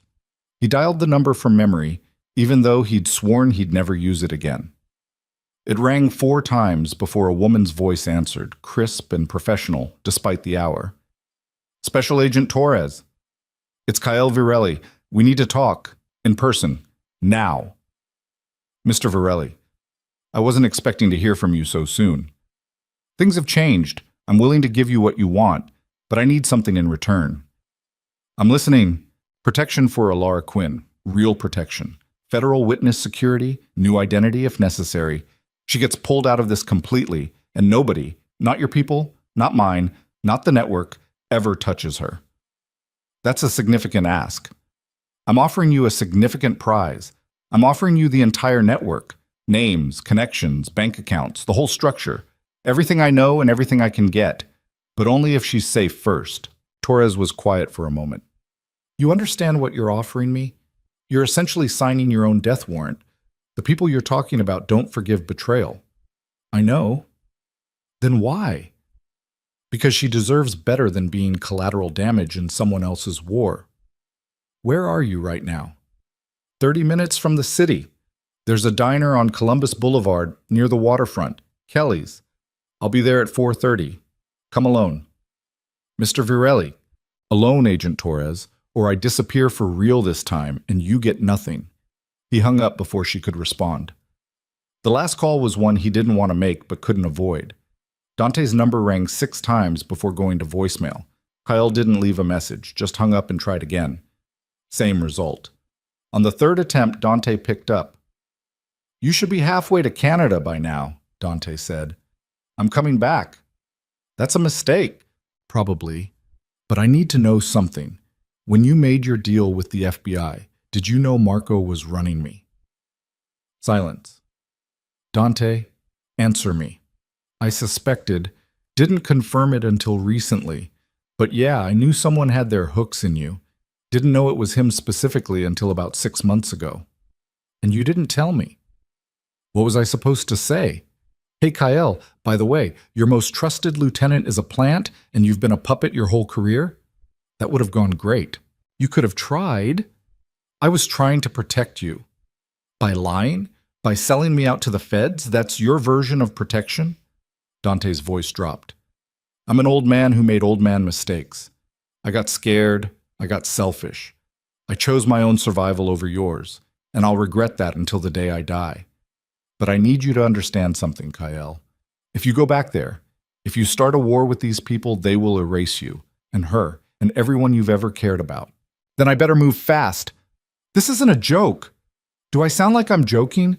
I've spent 15 years letting other people run my life, letting fear make my decisions. I'm done. So here's what's going to happen. You're going to tell me everything you know about the network, every name, every connection, every piece of leverage you've collected. And you're going to do it in the next 2 hours. Or what? Or I tell them you've been working with the FBI. Let them clean up that mess instead of me having to. You wouldn't. Try me. The line was silent for a long moment. Then Dante sighed, and Kyle heard defeat in the sound. There's a storage unit, North Philly, off Broad Street, Unit 247. Combination is 183512. Everything I've got is in there. Files, recordings, photographs, 20 years of insurance. It's yours. Thank you. Kyle, for what it's worth, I'm sorry about all of it. Yeah, me too. He ended the call and kept driving. Philadelphia's skyline appeared on the horizon as the first gray light of dawn started breaking through the clouds. Kyle felt something settle in his chest, not peace exactly, but purpose. For the first time in longer than he could remember, he wasn't running from something. He was running toward it. Kelly's diner sat on a corner lot overlooking the Delaware River, all chrome and faded vinyl and the smell of coffee that had been brewing since 1987. Cale arrived at 4:20, parked where he could see both entrances, and waited. At 4:32, a dark sedan pulled up.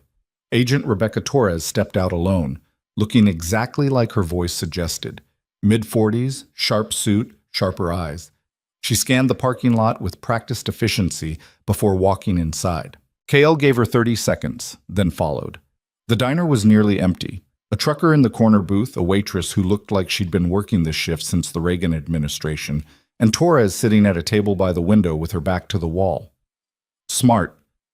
KL slid into the seat across from her. The waitress appeared immediately, poured coffee neither of them had asked for, and disappeared again. "You look like hell," Torres said. "I've had a long night, so talk. Convince me this isn't a waste of my time." Kyle pulled a folded piece of paper from his jacket and slid it across the table. "That's the address of a storage unit containing 20 years of documentation on a criminal network operating in 6 cities. Names, bank accounts, recordings, photographs, everything your investigation needs, and then some." Torres unfolded the paper, read it, then looked back at him. "How'd you get this?" "Someone who's smarter than I gave him credit for. Someone who's been collecting insurance his whole career." "And he's just handing it over?" "Let's say his options have become limited." Torres pocketed the paper. "Assuming this is real, what do you want in exchange?" "Alara Quinn gets full protection, federal witness security if necessary. She's pulled out of her life, given a new identity, placed somewhere safe. And it happens today, before anyone in the network knows what's coming. That's not how witness protection works. There's a process." "I don't care about your process. You want the network, you do this my way. She's in danger right now. Every hour that passes increases the risk. So you're going to call whoever you need to call, pull whatever strings you need to pull, and you're going to make this happen in the next 6 hours." Torres studied him with those sharp eyes. "You're in love with her. That's none of your business." "It is when it's my leverage. You really think I'm going to let you walk away from this? The second I have what I need, you become a witness too. Protective custody, testimony, the whole deal. I'm not walking away. I'm buying her safety with my cooperation. What happens to me after is irrelevant. You understand that the people you're betraying will come after you. Witness protection or not, they'll hunt you, and they have resources that make the FBI look underfunded." "I know. And you're willing to die for her?" Kale met her eyes. "I'm willing to die so she doesn't have to." Something shifted in Torres's expression. Not sympathy exactly, but recognition. "Okay, I'll make the calls, but I need something from you first. The storage unit could be empty, could be filled with junk. I need proof you're offering something real." Kale pulled out his phone. The burner. Not his regular one that was currently sitting in a Jersey storm drain. He scrolled through the contacts and held up a name. "This is Marco Tesoro. He's the primary plan in my organization. He's been running me for 10 years on behalf of the network. You grab him in the next 2 hours, before anyone knows what's happening, he'll flip. He's got no loyalty to them. He's a hired gun. Offer him a deal, and he'll give you everything." Torres photographed the contact information. "Where is he now?" "Safe house in Jersey. I can give you the exact address." "Do it." Kyle wrote it down. Torres pulled out her phone and made a call, stepping away from the table. Kale watched through the window as she paced, gesturing sharply, her voice rising even though he couldn't hear the words. 5 minutes later, she came back. "I've got teams moving on the storage unit and the safe house. If this checks out, I'll have approval for Quinn's protection by noon." "Not good enough. I need it done now." "I can't snap my fingers and make a federal protection detail appear, Mr. Varelli. These things take time." Time she doesn't have. The second Marco realizes he's been burned, he'll activate contingencies. And she's at the top of that list. "Then maybe you should be the one protecting her until we can move." Kale's jaw clenched. "I'm trying to keep her out of this, not drag her deeper into it. Little late for that. You involved her the second you walked into that restaurant. Now you either trust me to do my job, or you handle it yourself until I can get resources in place." The waitress refilled their coffee. Kale stared into the black liquid, seeing his reflection distorted on its surface. Torres was right. He'd involved Alara. He'd made her a target by caring about her. And now the only way to protect her was to be exactly what he'd been trying to escape, the violent, calculating operator who solved problems with force. "How long until your teams hit those locations?" he asked. Torres checked her phone. "Storage unit in 20 minutes. Safe house in 40. Why?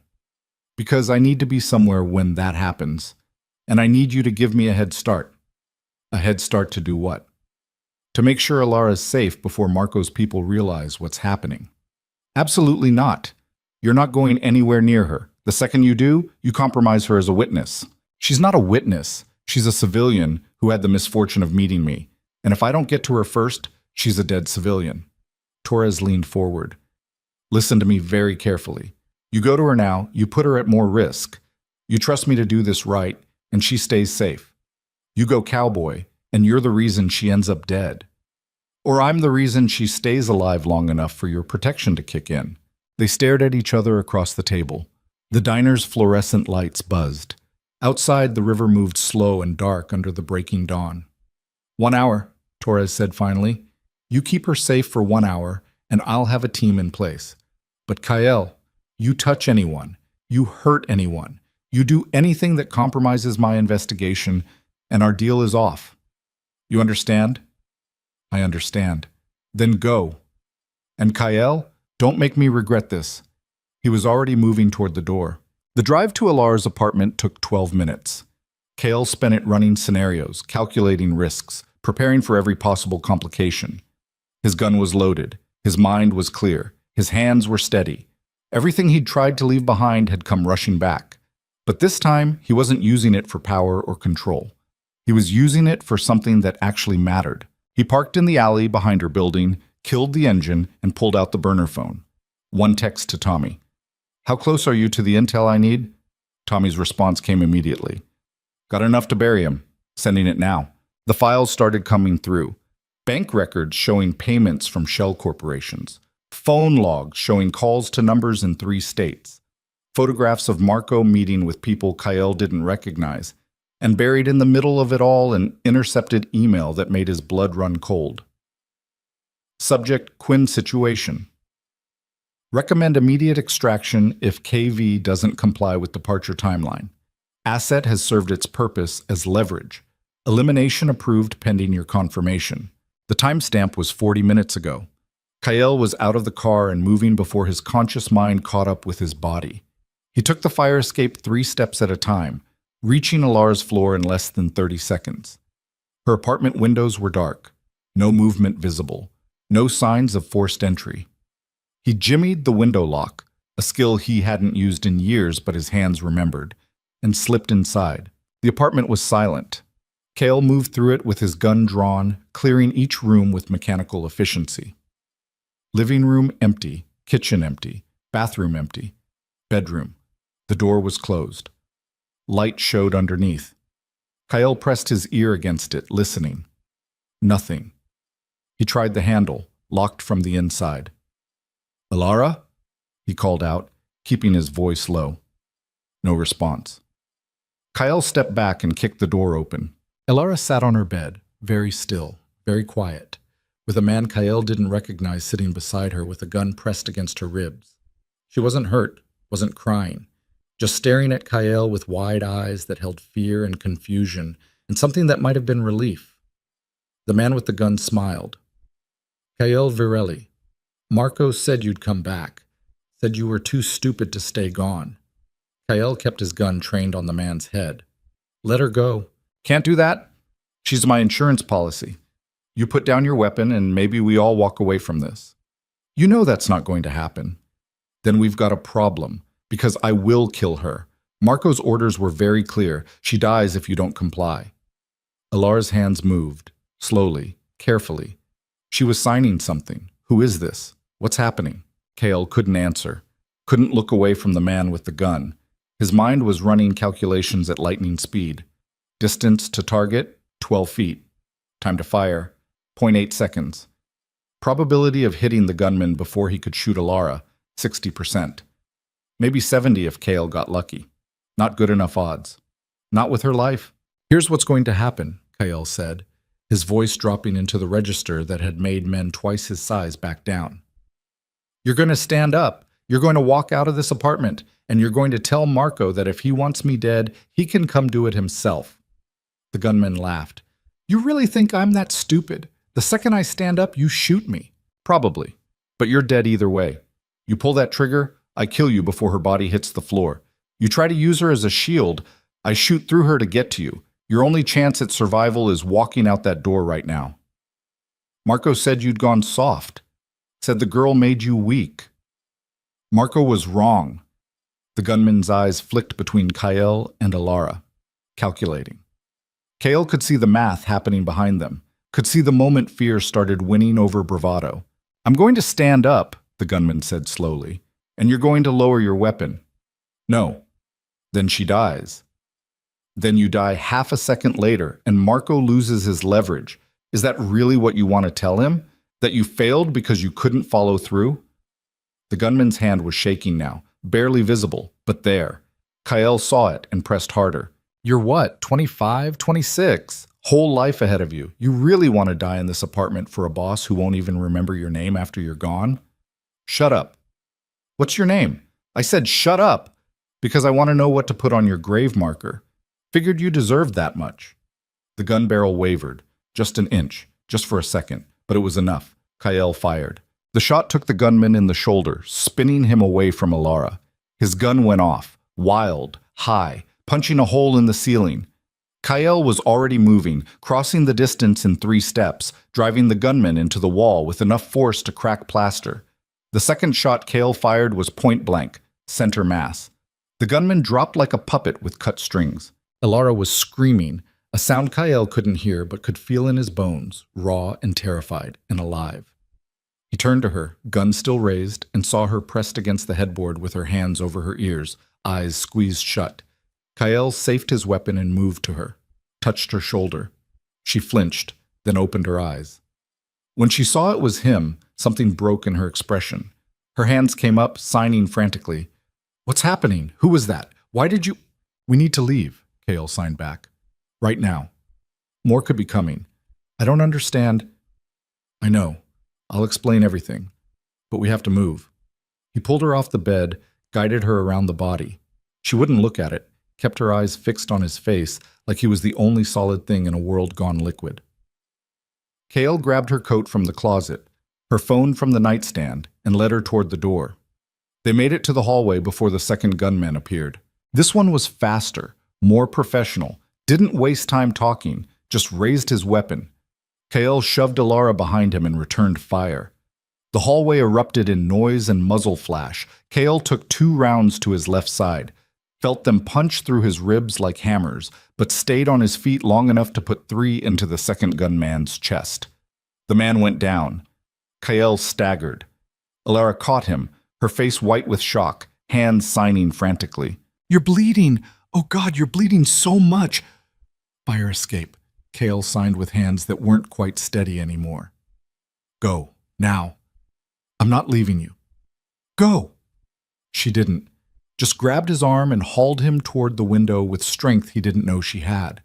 The fire escape was narrow, slick with morning dew. Kael could feel blood running hot down his side, soaking through his shirt. His vision was starting to blur at the edges.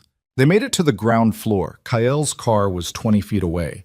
Might as well have been 20 miles. Can you drive? He tried to ask, then remembered she couldn't hear him. His hands came up to sign the question, but they wouldn't cooperate anymore. Just trembled uselessly. Alara seemed to understand anyway. She dug through his pockets, found the keys, and half-dragged him to the passenger side. Got him in, ran around to the driver's seat, started the engine with hands that shook so badly it took 3 tries. Then they were moving. Alara drove like she'd never driven before, fast, reckless, running red lights and stop signs. Kael pressed his hand against the wounds in his side and tried to stay conscious. Tried to remember what he needed to tell her. Tried to remember Torres's number. Tried to remember anything beyond the white-hot pain radiating through his torso. His phone buzzed. He fumbled for it. Text from Torres. Team in position at Quinn's building. Where the hell are you? Kael tried to type a response. His fingers wouldn't work. The phone slipped from his hand. Alara was talking to him. He could see her mouth moving, see the panic in her eyes when she glanced over. But he couldn't understand, couldn't focus. The world was narrowing to a tunnel of gray static. She pulled over. They were somewhere he didn't recognize. An industrial area, empty warehouses and chain-link fences. Alara put the car in park and turned to him, and Kyle saw tears streaming down her face. Her hands moved, slow, clear, making sure he could understand. "Don't you dare die on me. Don't you dare." Kale tried to smile, tried to sign back. Managed only, "Sorry." Then the gray static swallowed everything, and he knew nothing more. When Kale opened his eyes again, the first thing he saw was white ceiling tiles and fluorescent lights. The second thing was pain, deep, grinding agony that radiated from his left side with every breath. The third thing was Alara, asleep in a chair beside the hospital bed, with her head pillowed on her arms. He must have made a sound because she jerked awake. When she saw his eyes were open, her face crumpled. She reached for his hand, squeezed it so hard his bones creaked. "You're awake," she signed with her free hand. "You've been out for 14 hours. Where?" "University of Pennsylvania Hospital. They had to remove your spleen. You almost died. Twice." Kyle processed that. Tried to sit up. Failed spectacularly. Alara pressed him back down with surprising force. "Don't move. The doctor said you'll rupture your stitches. What happened? After I passed out? I drove until I found a hospital. Carried you inside. Well, dragged you. You're heavier than you look. There were police. FBI. A woman named Torres who's been here 3 times asking when you'd wake up. Did they hurt you?" "No. They questioned me. I told them I didn't know anything," which was true. "I still don't know anything, KL, except that men with guns tried to kill us, and you killed them first. And now you're in a hospital bed looking like death." Her hands were shaking. KL squeezed her fingers. "I'm sorry," he signed. "I'm so sorry. Stop apologizing and start explaining." So he did. Told her everything. The network, Marco's betrayal, the deal with Torres, the men sent to kill her, his stupid, reckless plan to come back and protect her himself instead of trusting the FBI. When he finished, Alara sat back in her chair and stared at him for a long moment. Then she signed something he didn't expect. "You're an idiot." "I know. You could have died." "I know. You almost did die. And then what? I'm just supposed to go on living, knowing you died trying to save me from a situation I never asked to be in? Better than you dying. That's not your choice to make." Her hands were sharp, angry. Kyle had never seen her like this, furious and terrified in equal measure. "You keep deciding things for me," she signed. "You decided to leave without telling me why. You decided to come back without asking if I wanted you to. You decided my life was worth more than yours without consulting me about the valuation. Do you see the pattern here? I was trying to protect you. I don't need your protection. I need your honesty. I need you to treat me like an equal instead of something fragile that'll break if the world breathes on it too hard." Kale didn't have a response to that, just lay there, feeling every one of his injuries, and realized she was absolutely right. "I'm sorry," he signed again. "You're right, about all of it. Damn right I am." She stood up, paced to the window, then back. "The FBI is offering me witness protection. New identity, new city, new life. They say it's the only way to guarantee my safety." Kale's chest constricted. "Are you going to take it?" "I don't know. They said I have 48 hours to decide." She sat back down. "Torres also said they're going to need you to testify, that you're the key to bringing down this entire network. She said you'll be in protective custody for months, maybe years. Probably. So either way, we're done. Either I disappear into witness protection, or you disappear into testimony preparation. And this," she gestured between them, "whatever this was, it's over." Kale wanted to argue, wanted to tell her they could figure something out, but he just promised honesty, and honesty meant admitting she was right. "Yeah," he signed. "It's over." Alara's eyes filled with tears. She brushed them away angrily. "I hate that. I hate that I finally meet someone who actually sees me, who learns my language, who looks at me like I'm not broken. And it turns out you're the most dangerous person I could have possibly met." "I know. Stop saying that. Stop agreeing with me. Fight back. Tell me I'm wrong. Tell me there's some way this works out." "I can't." "Because you're not wrong." She made a sound that was half sob, half laugh. "You're really bad at this." "At what?" "Goodbye scenes. You're supposed to make promises you can't keep. Tell me you'll find me. That love conquers all. Something romantic and stupid. Would you believe me if I did?" No, but it might make me feel better. Kale managed to sit up this time, ignoring the way his stitches pulled and his vision grayed. He reached for her hand again. I can't promise I'll find you, he signed. I can't promise this works out.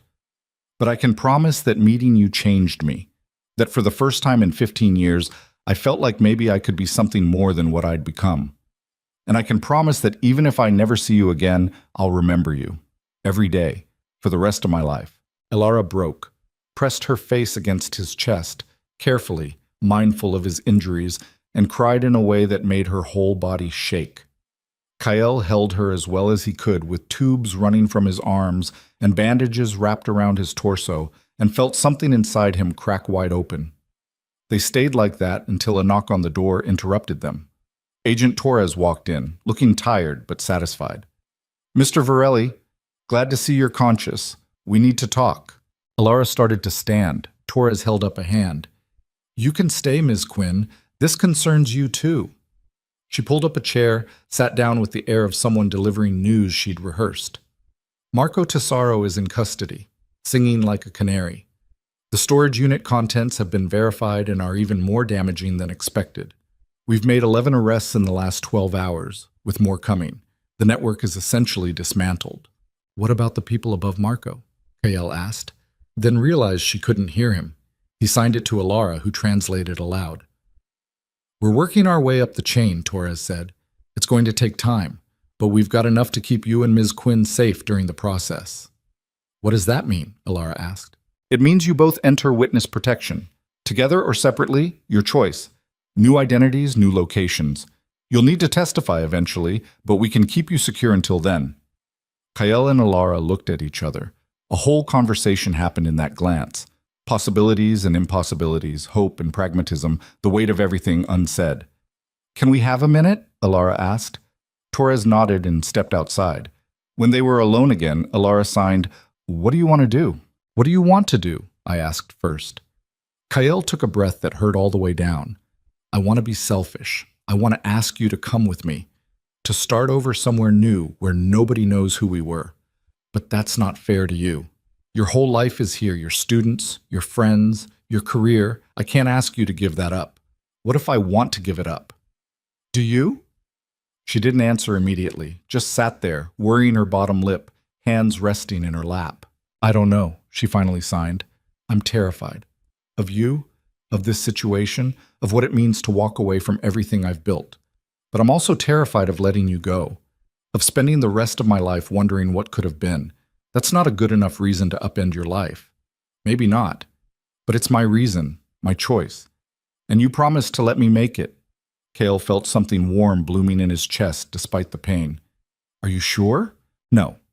But I don't think certainty is possible here. I think the best we get is being uncertain together instead of uncertain alone. Before Kael could respond, the door burst open. Not Torres this time. Marco, with blood on his shirt and wild eyes and a gun that must have come from somewhere in the hospital because there was no way he'd walked in armed. You son of a bitch, Marco snarled. You couldn't just walk away. You couldn't just take the out I gave you. Kael moved without thinking, threw himself between Marco and Elara, despite the way it tore his stitches open. Blood bloomed hot through his bandages. Marco, don't do this. Why not? I'm done either way. They've got everything. My career, my cover, my entire life. Gone. Because you decided to grow a conscience. Killing us won't fix that. No. But it'll feel really good. The gun came up. Kael tensed, calculating odds that had gotten significantly worse in the last 30 seconds. Then Torres appeared in the doorway behind Marco with her own weapon drawn. FBI, drop it! Marco spun toward her. Kael lunged. The gun went off. Once, twice. Kael felt something punch into his shoulder, heard Elara scream, saw Torres fire 3 quick shots that dropped Marco to the floor. Then the world tilted sideways, and Kael found himself on the ground without remembering how he got there. There was shouting, running footsteps, hands on him pressing against his wounds, Elara's face above his, her mouth moving in words he couldn't understand and couldn't hear. His hands came up, signed weakly, "Are you hurt?" She shook her head, tears dripping onto his face. "Good," he signed, "that's good." Then the gray static came back, pulling him down into darkness. But this time, as he went under, he felt Alara's hand gripping his, refusing to let go. And somehow, even drowning, that felt like enough. Kael woke to silence. Not the oppressive kind that had followed him for 15 years, not the weighted absence that came from running from ghosts, just silence, clean and simple and real. He was in a different hospital room this time, smaller, quieter, the kind reserved for federal witnesses who'd been shot 3 times in 48 hours and somehow kept breathing anyway. Morning light slanted through half-closed blinds, painting stripes across white sheets, and the IV pole standing guard beside his bed. His shoulder burned, his side throbbed. His ribs felt like someone had taken a sledgehammer to them and forgotten to stop. But he was alive. That counted for something. Alara sat in the same chair she'd occupied in the previous room, curled up with a blanket draped over her shoulders, and exhaustion etched into every line of her face. She was awake, watching him with eyes that held too many emotions to parse. When she saw he was conscious, she didn't smile, didn't cry, just signed, "You died, again." On the table, "They brought you back." Kael tried to respond, but his hands wouldn't cooperate. Too heavy, too tired. Alara seemed to understand. She stood, moved to the bed, and took his right hand in both of hers. "Don't try to talk, just listen." Her signing was slower now, deliberate, like she'd been practicing what to say. "Marco's dead. Torres shot him. The network is collapsing. They've made 37 arrests in 3 days. It's over, Kael. All of it." "Dante?" He managed to sign with his free hand. "In custody. Cooperating fully. Torres said he keeps asking about you. Wants to know if you're going to make it. Tell her I don't care." "I already did." Something that might have been a smile tugged at Kael's mouth. It hurt. Everything hurt. But Alara was here, alive, unharmed. That made the pain bearable. "How long?" he signed. "Since Marco?" 3 days. You've been in and out of consciousness. The doctors say you're stable now." Lucky. Incredibly, impossibly lucky. Doesn't feel lucky. "You're alive." That's lucky enough. A knock on the door interrupted them. Agent Torres walked in carrying 2 cups of coffee and looking like she hadn't slept since Kael last saw her. She set 1 cup on Alara's chair, kept the other for herself, and pulled up a second chair to the bedside. "You're awake. Good. We need to talk about next steps." Alara translated aloud for Kael's benefit, even though he could read Torres's lips well enough by now. The agent waited until the translation finished, then continued. "The network is finished. We've got testimony from 43 different sources, including Marco before he died. He gave us everything in those last few hours, names, locations, bank accounts. Turns out he'd been keeping his own insurance files, just like Dante. Smart criminals, I'll give you that." "What happens now?" Alara asked. "Now we build cases, lots of cases. This is going to take years to prosecute fully. But the immediate threat is neutralized. The people who wanted you both dead are either in custody or running for cover." "So we're safe?" Alara's voice carried hope and disbelief in equal measure. Torres hesitated. "Safer. I won't lie and say there's no residual risk. Some of these people have long memories and deep pockets.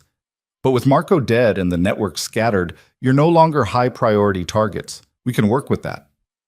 Kael forced his hand to move. "Sign to Alara. Ask her about witness protection." Alara translated. Torres nodded. "That's still on the table, both of you, if you want it. New identities, relocation, the full package. Or," she paused, sipped her coffee. "There's another option." "What option?" Alara asked. "You stay. Here in Philadelphia. Under your own names. We provide security for the first 6 months, regular check-ins after that. You testify when we need you to, but otherwise you live your lives. Miss Quinn goes back to teaching. Mr. Varelli finds something less illegal to occupy his time." "That's possible?" Alara looked stunned. "It's not recommended. Witness protection is safer, but it's not mandatory. If you're willing to accept the risk, you can stay." Kael and Alara looked at each other. Another whole conversation in a glance. "What do you want?" Alara signed. "I asked you that already," Kael signed back. "You never answered." "Because I don't know." Her hands trembled. "I'm terrified of staying, but I'm terrified of leaving too. Of starting over somewhere where I don't know anyone, don't have my work, don't have any of the things that make me who I am. Your work means that much to you? Those kids mean that much to me. Sophia and Marcus and all the others. They need consistency. They need someone who doesn't disappear on them. I don't want to be another person who walks away. Kael understood that better than she probably realized. Then we stay, he signed. You do that? Give up the safety of witness protection for my students? I do that for you. The students are just a bonus. Alara's eyes filled. She squeezed his hand hard enough to hurt. You're sure? No. But like you said, being uncertain together beats being uncertain alone. She turned to Torres. We'll stay. Both of us. Here. Torres didn't look surprised. Okay, I'll set it up. But understand, this means you're visible. You're targets. If anyone from the network decides to come after you, we might not get there in time. I understand, Alara said. Torres looked at Kael. He managed to nod. She sighed. All right. Against my better judgment, we'll do it your way. But I need your full cooperation. That means testimony whenever we need it. That means complete honesty about anything you remember. And Mr. Varelli, that means you're done with criminal activity. Permanently. You so much as jaywalk, and I'll revoke this arrangement so fast your head will spin. Kael signed to Alar, who translated. He says he's done. He means it. We'll see, Torres said, but something in her expression had softened. For what it's worth, you did the right thing. Coming back, protecting her. Not many people in your position would have made that choice. Not many people are stupid enough, Alara translated Kael's response, then added her own amendment. His words, not mine. Torres almost smiled. Get some rest. Both of you. You've earned it. She left. Alara and Kael sat in silence for a long moment, processing what they'd just agreed to. The weight of it settled around them like a blanket, warm and suffocating in equal measure. Are we insane? Alara signed. Probably, Kael signed back. But I've been insane before. This feels better. How? Because last time I was insane alone. This time I've got company. That earned him a real smile. Small, tentative, but genuine. I need to tell you something, Alara signed. While you were unconscious, I went back to my apartment with a police escort to get some things. And it's destroyed. Blood everywhere. Bullet holes in the walls. The landlord already sent me an eviction notice. Says I'm too much liability. I'm sorry. Don't be. I hated that place anyway. Too small. Terrible water pressure. That upright piano was out of tune. She paused. But I don't have anywhere to live now. And I don't have much money. Teaching doesn't exactly pay well. Kael's mind, even compromised by pain and medication, started working through solutions. Property he owned that wasn't connected to the criminal enterprise. Clean assets Torres couldn't touch. A place where Alara could be safe, and he could... Stop, Alara signed, watching his face. I can see you plotting. Don't. I'm not asking you to fix this. I'm just telling you because you should know. I'll figure it out. What if I want to help? Then help by getting better. Help by testifying. Help by being honest about everything you know so Torres can finish burying these people. That's how you help. And after, when I'm recovered and the testimony is done and we're just living, I don't know. We'll figure it out then. Fair enough. Kael closed his eyes, feeling exhaustion pull at him despite having been unconscious for 3 days. His body was a disaster zone. His life was a bigger one. But Alara was here. That counted for something. Maybe everything. Can I ask you something? He signed without opening his eyes. Yes. Why did you stay? After everything. After the guns and the blood and finding out who I really am. Why didn't you run? Alara was quiet for so long Kael thought maybe she wouldn't answer. Then her hands touched his, and he opened his eyes to see her signing with careful precision. Because I've spent my whole life being underestimated, being told I'm fragile or broken or less than. And you, with all your violence and terrible choices and criminal empire, you never once treated me that way. You learned my language. You listened when I talked. You let me make my own choices, even when you hated them. She paused. And because when you sign, I can see who you used to be. Before all this. Before the fear and control. I can see your sister in your hands. I can see the boy who learned a whole language just so someone wouldn't be alone. And I think that person is still in there. Worth saving. Kael's throat tightened. What if you're wrong? Then I'll be wrong, but I'd rather be wrong trying to save you than right walking away. There was nothing to say to that, nothing that wouldn't sound inadequate. So Kael just held her hand and let himself believe for maybe the first time in 15 years that being saved was possible. The next 6 weeks passed in a blur of hospital rooms and debriefings and physical therapy that made being shot seem pleasant by comparison. Kael's shoulder required 2 additional surgeries. His ribs healed slowly, protesting every breath. The psychological aftermath was worse. Nightmares about Marco's gun pointed at Alara's head, about arriving 30 seconds too late, about blood on white sheets and silence that meant death instead of peace.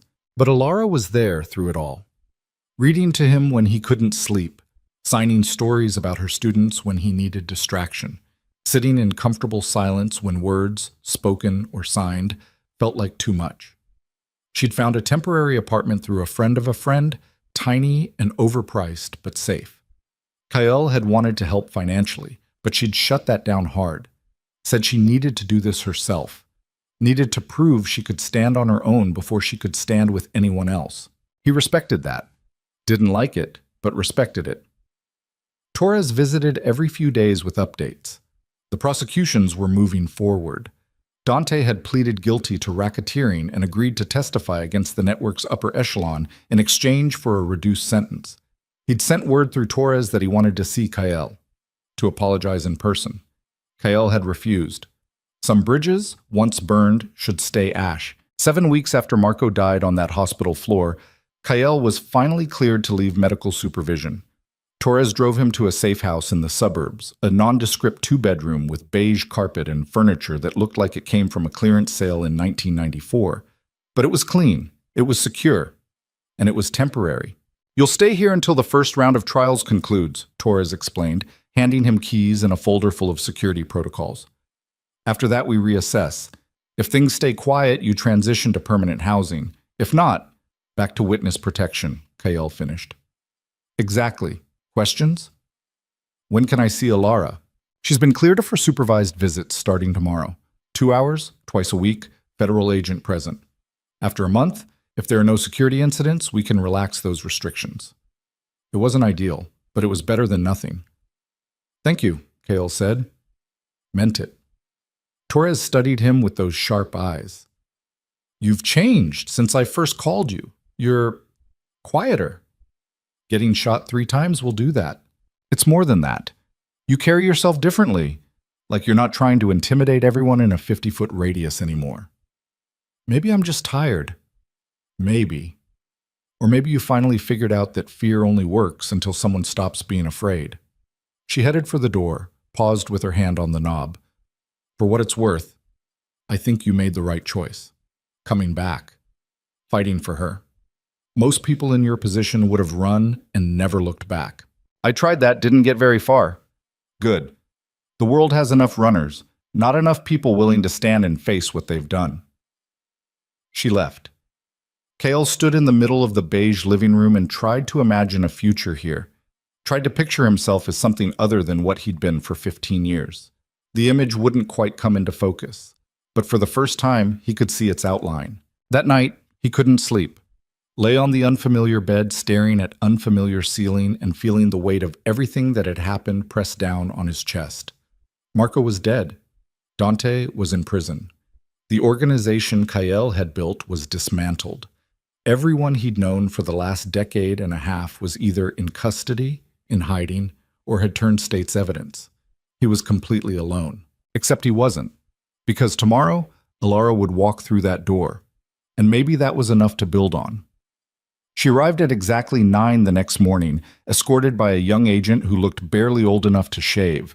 The agent did a security sweep of the house, established a perimeter, and then positioned himself by the front window with the kind of vigilance that suggested Torres had threatened him with desk duty if anything went wrong. Alara stood in the doorway wearing jeans and a sweater that made her look younger than her years. Hair pulled back, no makeup, just herself. Beautiful in a way that had nothing to do with aesthetics and everything to do with the fact that she was here, alive, choosing this. Hi, she signed. Hi, Kael signed back. They stared at each other across the beige living room. 7 weeks since they'd been alone together. 7 weeks of hospitals and debriefings and supervised visits that felt more like interrogations. Now they had 2 hours and no idea how to start. "Your place is terrible," Ilara signed finally. "I know, the carpet offends me. Everything's beige. Even the paintings on the wall are beige. Federal witness protection has a limited color palette." That broke the tension. Ilara laughed, silent to her own ears, but loud in the way her whole face transformed. She moved into the living room, sat on the couch that had probably been beige in 1994 and had faded to something even more depressing, and patted the cushion beside her. Cale sat, careful of his still healing shoulder, careful of the distance between them. "How are you?" Ilara signed. "Alive." "You?" "Same. Mostly." She tucked her feet under her. "I went back to work last week. The school board wanted to fire me. Said I was too controversial, but the parents organized. Petitions, protests, the whole thing. Turns out they really like me." "Of course they do. You're a good teacher." Sophia led the campaign. She made signs, stood outside the administration building for 3 days straight until they agreed to a hearing. She's 9 years old and already more politically effective than most adults. "I told you she'd run the world someday. She asked about you, wanted to know when you were coming back to visit." "What did you tell her?" "That you were dealing with some complicated things, that you'd come back when you could." Ilara's hands paused. "Will you? Come back? Do you want me to?" "I'm asking you first." Kael took a breath that still hurt, even after 7 weeks. "I don't know if I should be around kids, around anyone, really. I've spent 15 years being someone dangerous, someone who solves problems with violence. I don't know how to be anything else. You were good with them, with Sophia and Marcus and all the others. You weren't dangerous. You were patient, kind, present. That was before they knew who I really was. They still don't know, and they don't need to. You can be whoever you choose to be with them. That's the whole point of starting over. Is it really starting over if I'm still me?" Ilara shifted closer, not touching him, but close enough that he could feel her warmth. "You're not the same person you were 2 months ago. That person would have kept running, would have chosen his own safety over mine, would have let the fear win." Her hands moved with absolute certainty. "You came back. You fought. You almost died, twice, to protect me. That's not the same person. Or it's the same person making different mistakes. Maybe. But they're your mistakes to make. Not someone else's, not Dante's or Marco's or anyone in that network. Yours. That matters." Cale wanted to believe her, wanted to believe that change was possible, that he could be something other than the sum of his worst choices. But belief required faith, and faith had been beaten out of him years ago. "I don't know how to do this," he signed honestly. "How to be normal. How to have a life that doesn't involve looking over my shoulder every 30 seconds. How to care about someone without calculating all the ways it could be used against me. Then we'll figure it out together, badly, messily, but together." "Why?" The question came out sharper than he intended. "Why are you willing to do this? You could walk away right now, find someone safe, someone who doesn't come with federal agents and assassination attempts and a body count." Ilara's expression hardened. "Because I'm tired of safe. I've been safe my whole life, safe and alone and constantly underestimated. You're the first person in years who's looked at me and seen someone worth the risk. And yeah, you're dangerous and damaged and probably going to give me a heart attack with your terrible decision-making. But you're also honest and brave and willing to die for what you care about." She grabbed his hand. "I'd rather have that, all of it, including the scary parts, than spend the rest of my life being safe and alone." Cale stared at their joined hands, hers small and strong and steady, his scarred and shaking slightly from muscle damage that might never fully heal. "I can't promise this works out," he signed with his free hand. "I know, I can't promise I won't screw this up. I know that too. I can't even promise I know how to be what you deserve." "Stop," Ilara signed. "Stop trying to talk me out of this. I've made my choice. Respect it." So he did. Pulled her closer, carefully, mindful of his injuries, and let himself hold her for the first time since that hospital bed. She fit against him like she'd been designed for it, her head on his shoulder, his chin resting on her hair, both of them breathing in sync. The federal agent by the window studiously examined the ceiling. They sat like that for the full 2 hours, talking sometimes, hands moving in the space between them, building sentences and sharing stories. Silent other times, just existing in the same space, learning each other's rhythms. When the time was up and the agent cleared his throat apologetically, Alara pulled back just far enough to sign. Same time Thursday? I'll be here, Kyle signed. Good. Don't die before then. I'll try my best. She left. The house felt emptier without her. Kale stood at the window and watched the car disappear down the suburban street, feeling something unfamiliar settle in his chest. Not quite hope, not quite peace, but something adjacent to both. The weeks that followed developed a rhythm. Alara visited twice a week. They talked, sat in silence, slowly built something that felt almost like normal. Kyle started physical therapy for his shoulder, started meeting with a bureau psychologist who specialized in witness trauma, started very tentatively thinking about what came after all this. 3 months in, Torres called with news. The first major trial had concluded. Guilty verdicts on all counts. The network's financial infrastructure was frozen. More indictments were coming. You're in the clear, Torres said. No credible threats against you or Ms. Quinn. We're lifting the security restrictions. You can move to permanent housing, see each other without supervision, start rebuilding your lives. Just like that? Kyle asked. Just like that. Though I'll still want you available for testimony as needed. And Mr. Varelli, stay clean. You've got a second chance here. Don't waste it. He promised he wouldn't. The next day, Alara showed up at the safe house without an escort for the first time. Walked right in like she owned the place and signed, "We're going somewhere." Where? You'll see. Get your coat. She drove them to Riverside Elementary.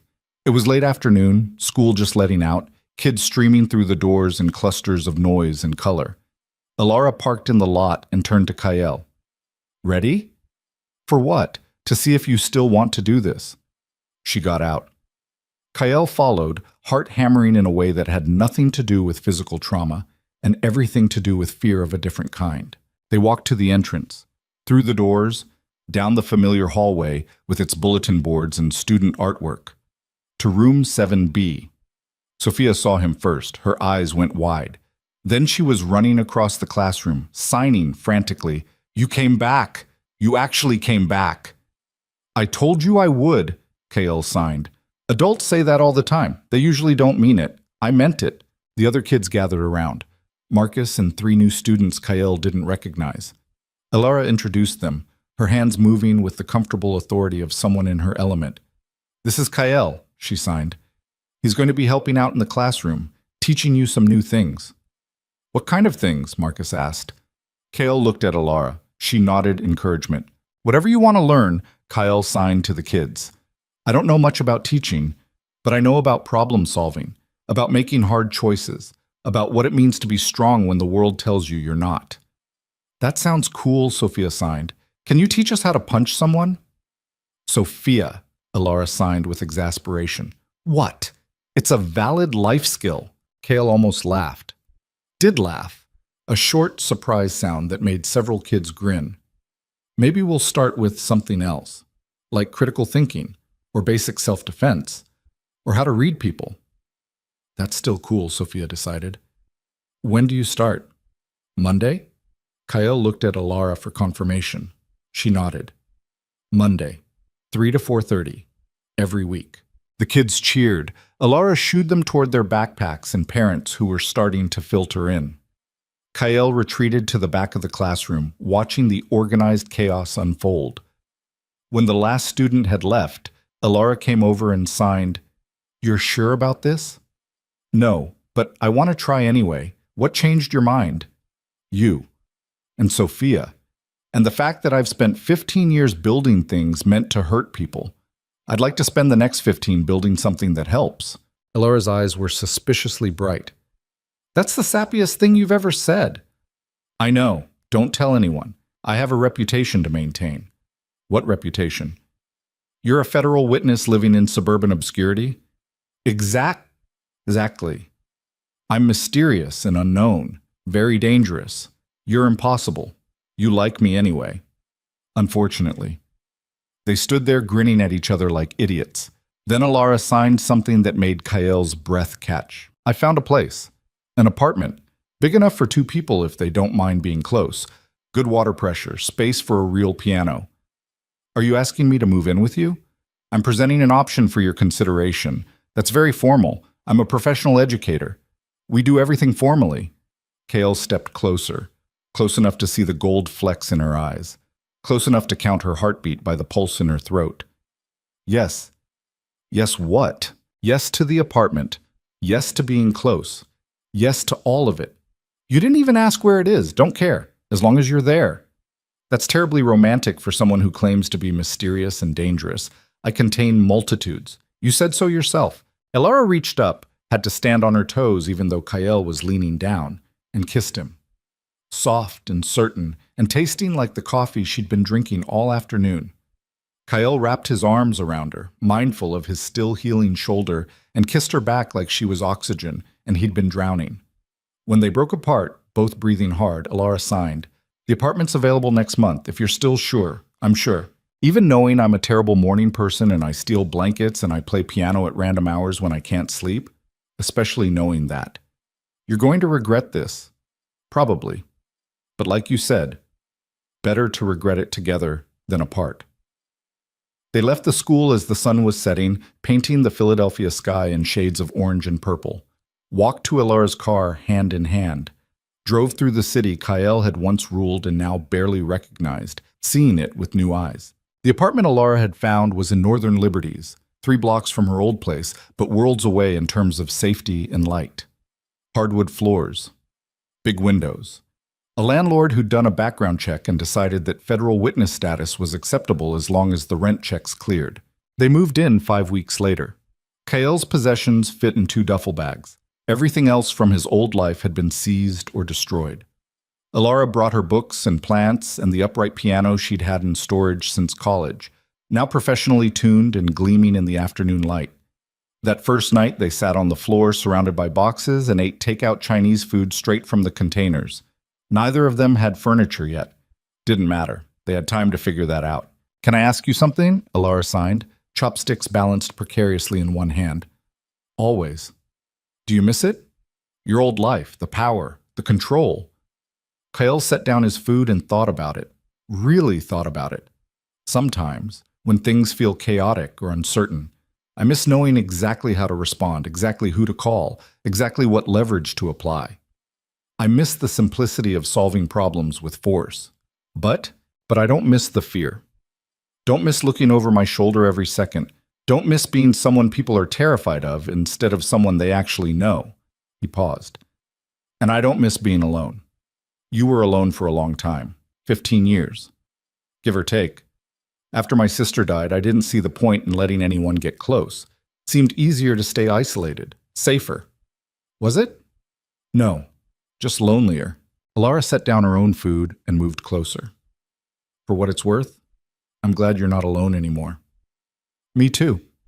They finished eating in comfortable silence, unpacked a few boxes, argued good-naturedly about where things should go, eventually collapsed onto the air mattress that was serving as their bed until the real one arrived, exhausted and happy in a way Kael had forgotten was possible. That night, lying in the dark with Elara curled against his side, Kael allowed himself to imagine a future. A real one. Not the vague outline he'd been working with, but something concrete. Mornings making coffee and arguing about whose turn it was to do dishes. Afternoons at the school, teaching kids who reminded him of his sister. Evenings here, in this apartment, building a life that belonged to them instead of being dictated by fear or violence or other people's expectations. It wouldn't be perfect. He'd still have nightmares about Marco's gun, still flinch at unexpected noises, still carry the weight of 15 years' worth of choices that couldn't be undone. But Elara would be there, and somehow that made the weight bearable. 6 months after moving in together, Kael testified at the final major trial. Spent 3 days on the stand answering questions about the network's operations, Marco's role, his own complicity. The defense attorney tried to paint him as an unreliable witness, a criminal trying to save his own skin by throwing others under the bus. Kael let him. Didn't get defensive, didn't lose his temper, just answered every question with brutal honesty and let the jury decide. They decided guilty. On all counts. For all defendants.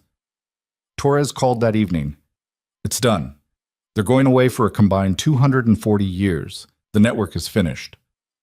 What about the people at the top, the ones Marco and Dante mentioned? Still working on it, but we've got enough to keep you and Ms. Quinn safe indefinitely. You can stop looking over your shoulder. Easier said than done, but Kael was trying.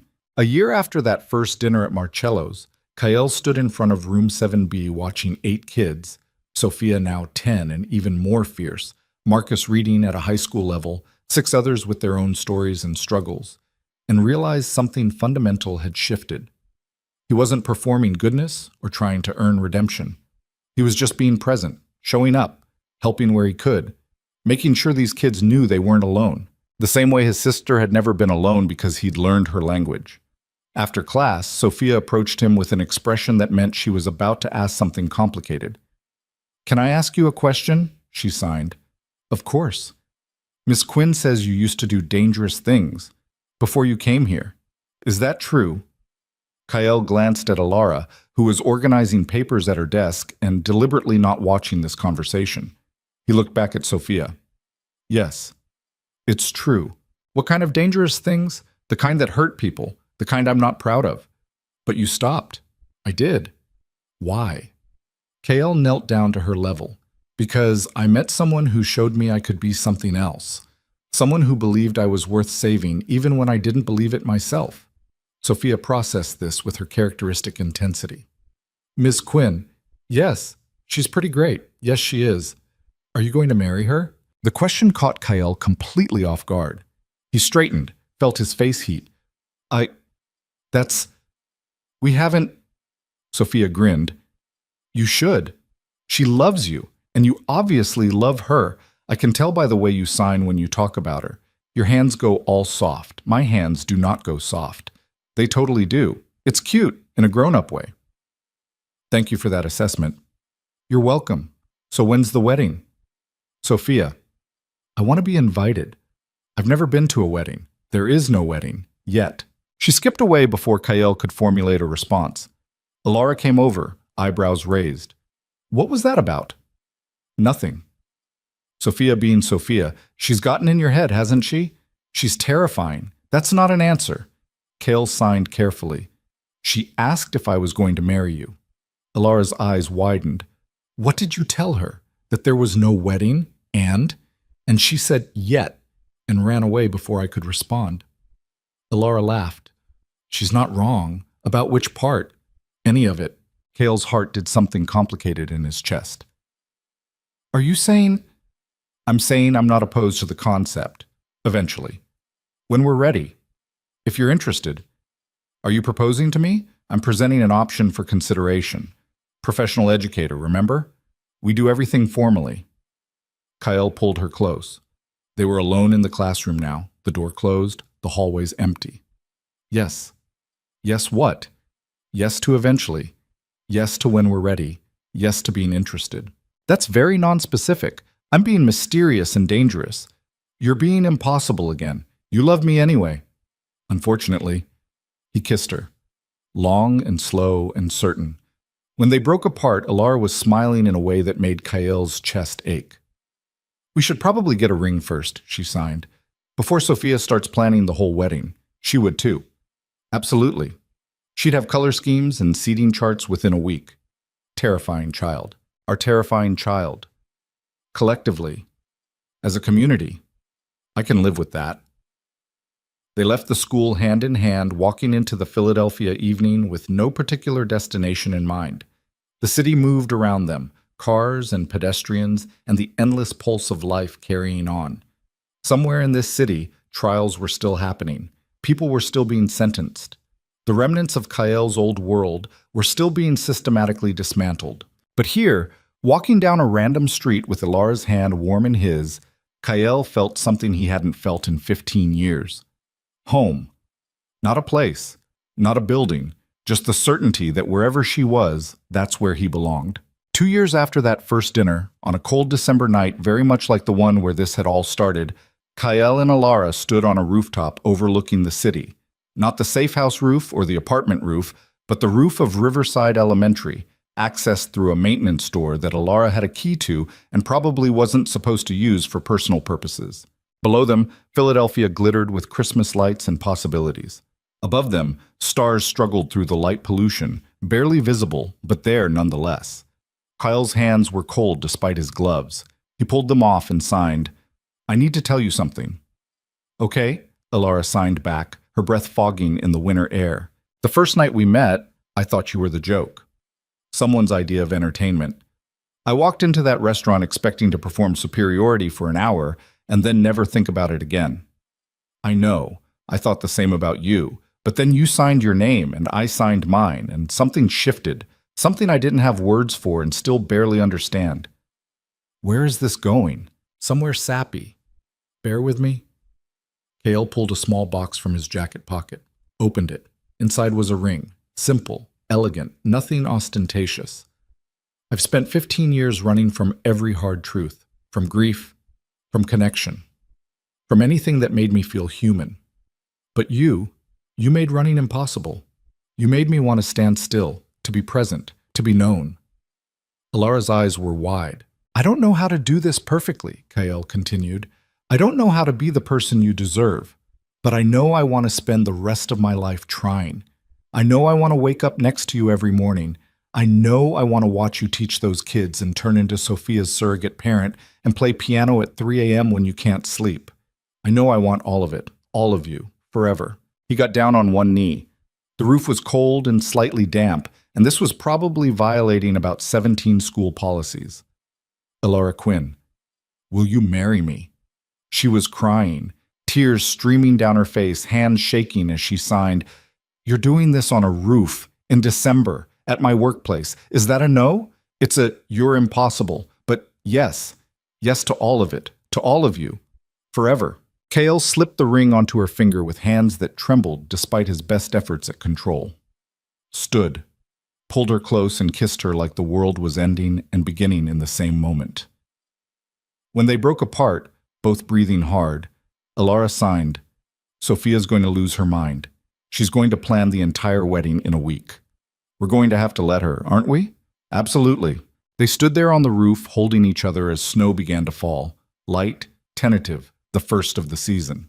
Philadelphia stretched out below them, indifferent to their joy or their history or the improbable journey that had brought them here. Kale thought about his sister, about the boy he'd been who'd learned sign language so someone wouldn't be alone, about the man he'd become who'd almost lost himself to fear and violence and other people's expectations, about the person he was now, scarred and uncertain but somehow, impossibly, loved. "Thank you," he signed into Alara's hair. She pulled back. "For what?" "For not running. For seeing something in me worth saving. For being brave enough to believe I could change. You did that yourself. I just believed what was already there. Still. Thank you." "You're welcome. Now can we go inside? I'm freezing. One more minute. Why? Because I want to remember this, exactly this. The snow and the city and you. I want to remember what it feels like to not be running anymore." Alara smiled. "Okay, one more minute." They stood in the falling snow, hands intertwined, watching their city breathe below them. Somewhere in that sprawl of lights and life, children slept peacefully. Somewhere, people were making terrible choices and great ones. Somewhere, lives were ending and beginning and continuing forward despite everything. And here, on this roof, two people who'd found each other in the chaos stood together and chose hope over fear, chose presence over running, chose love over survival.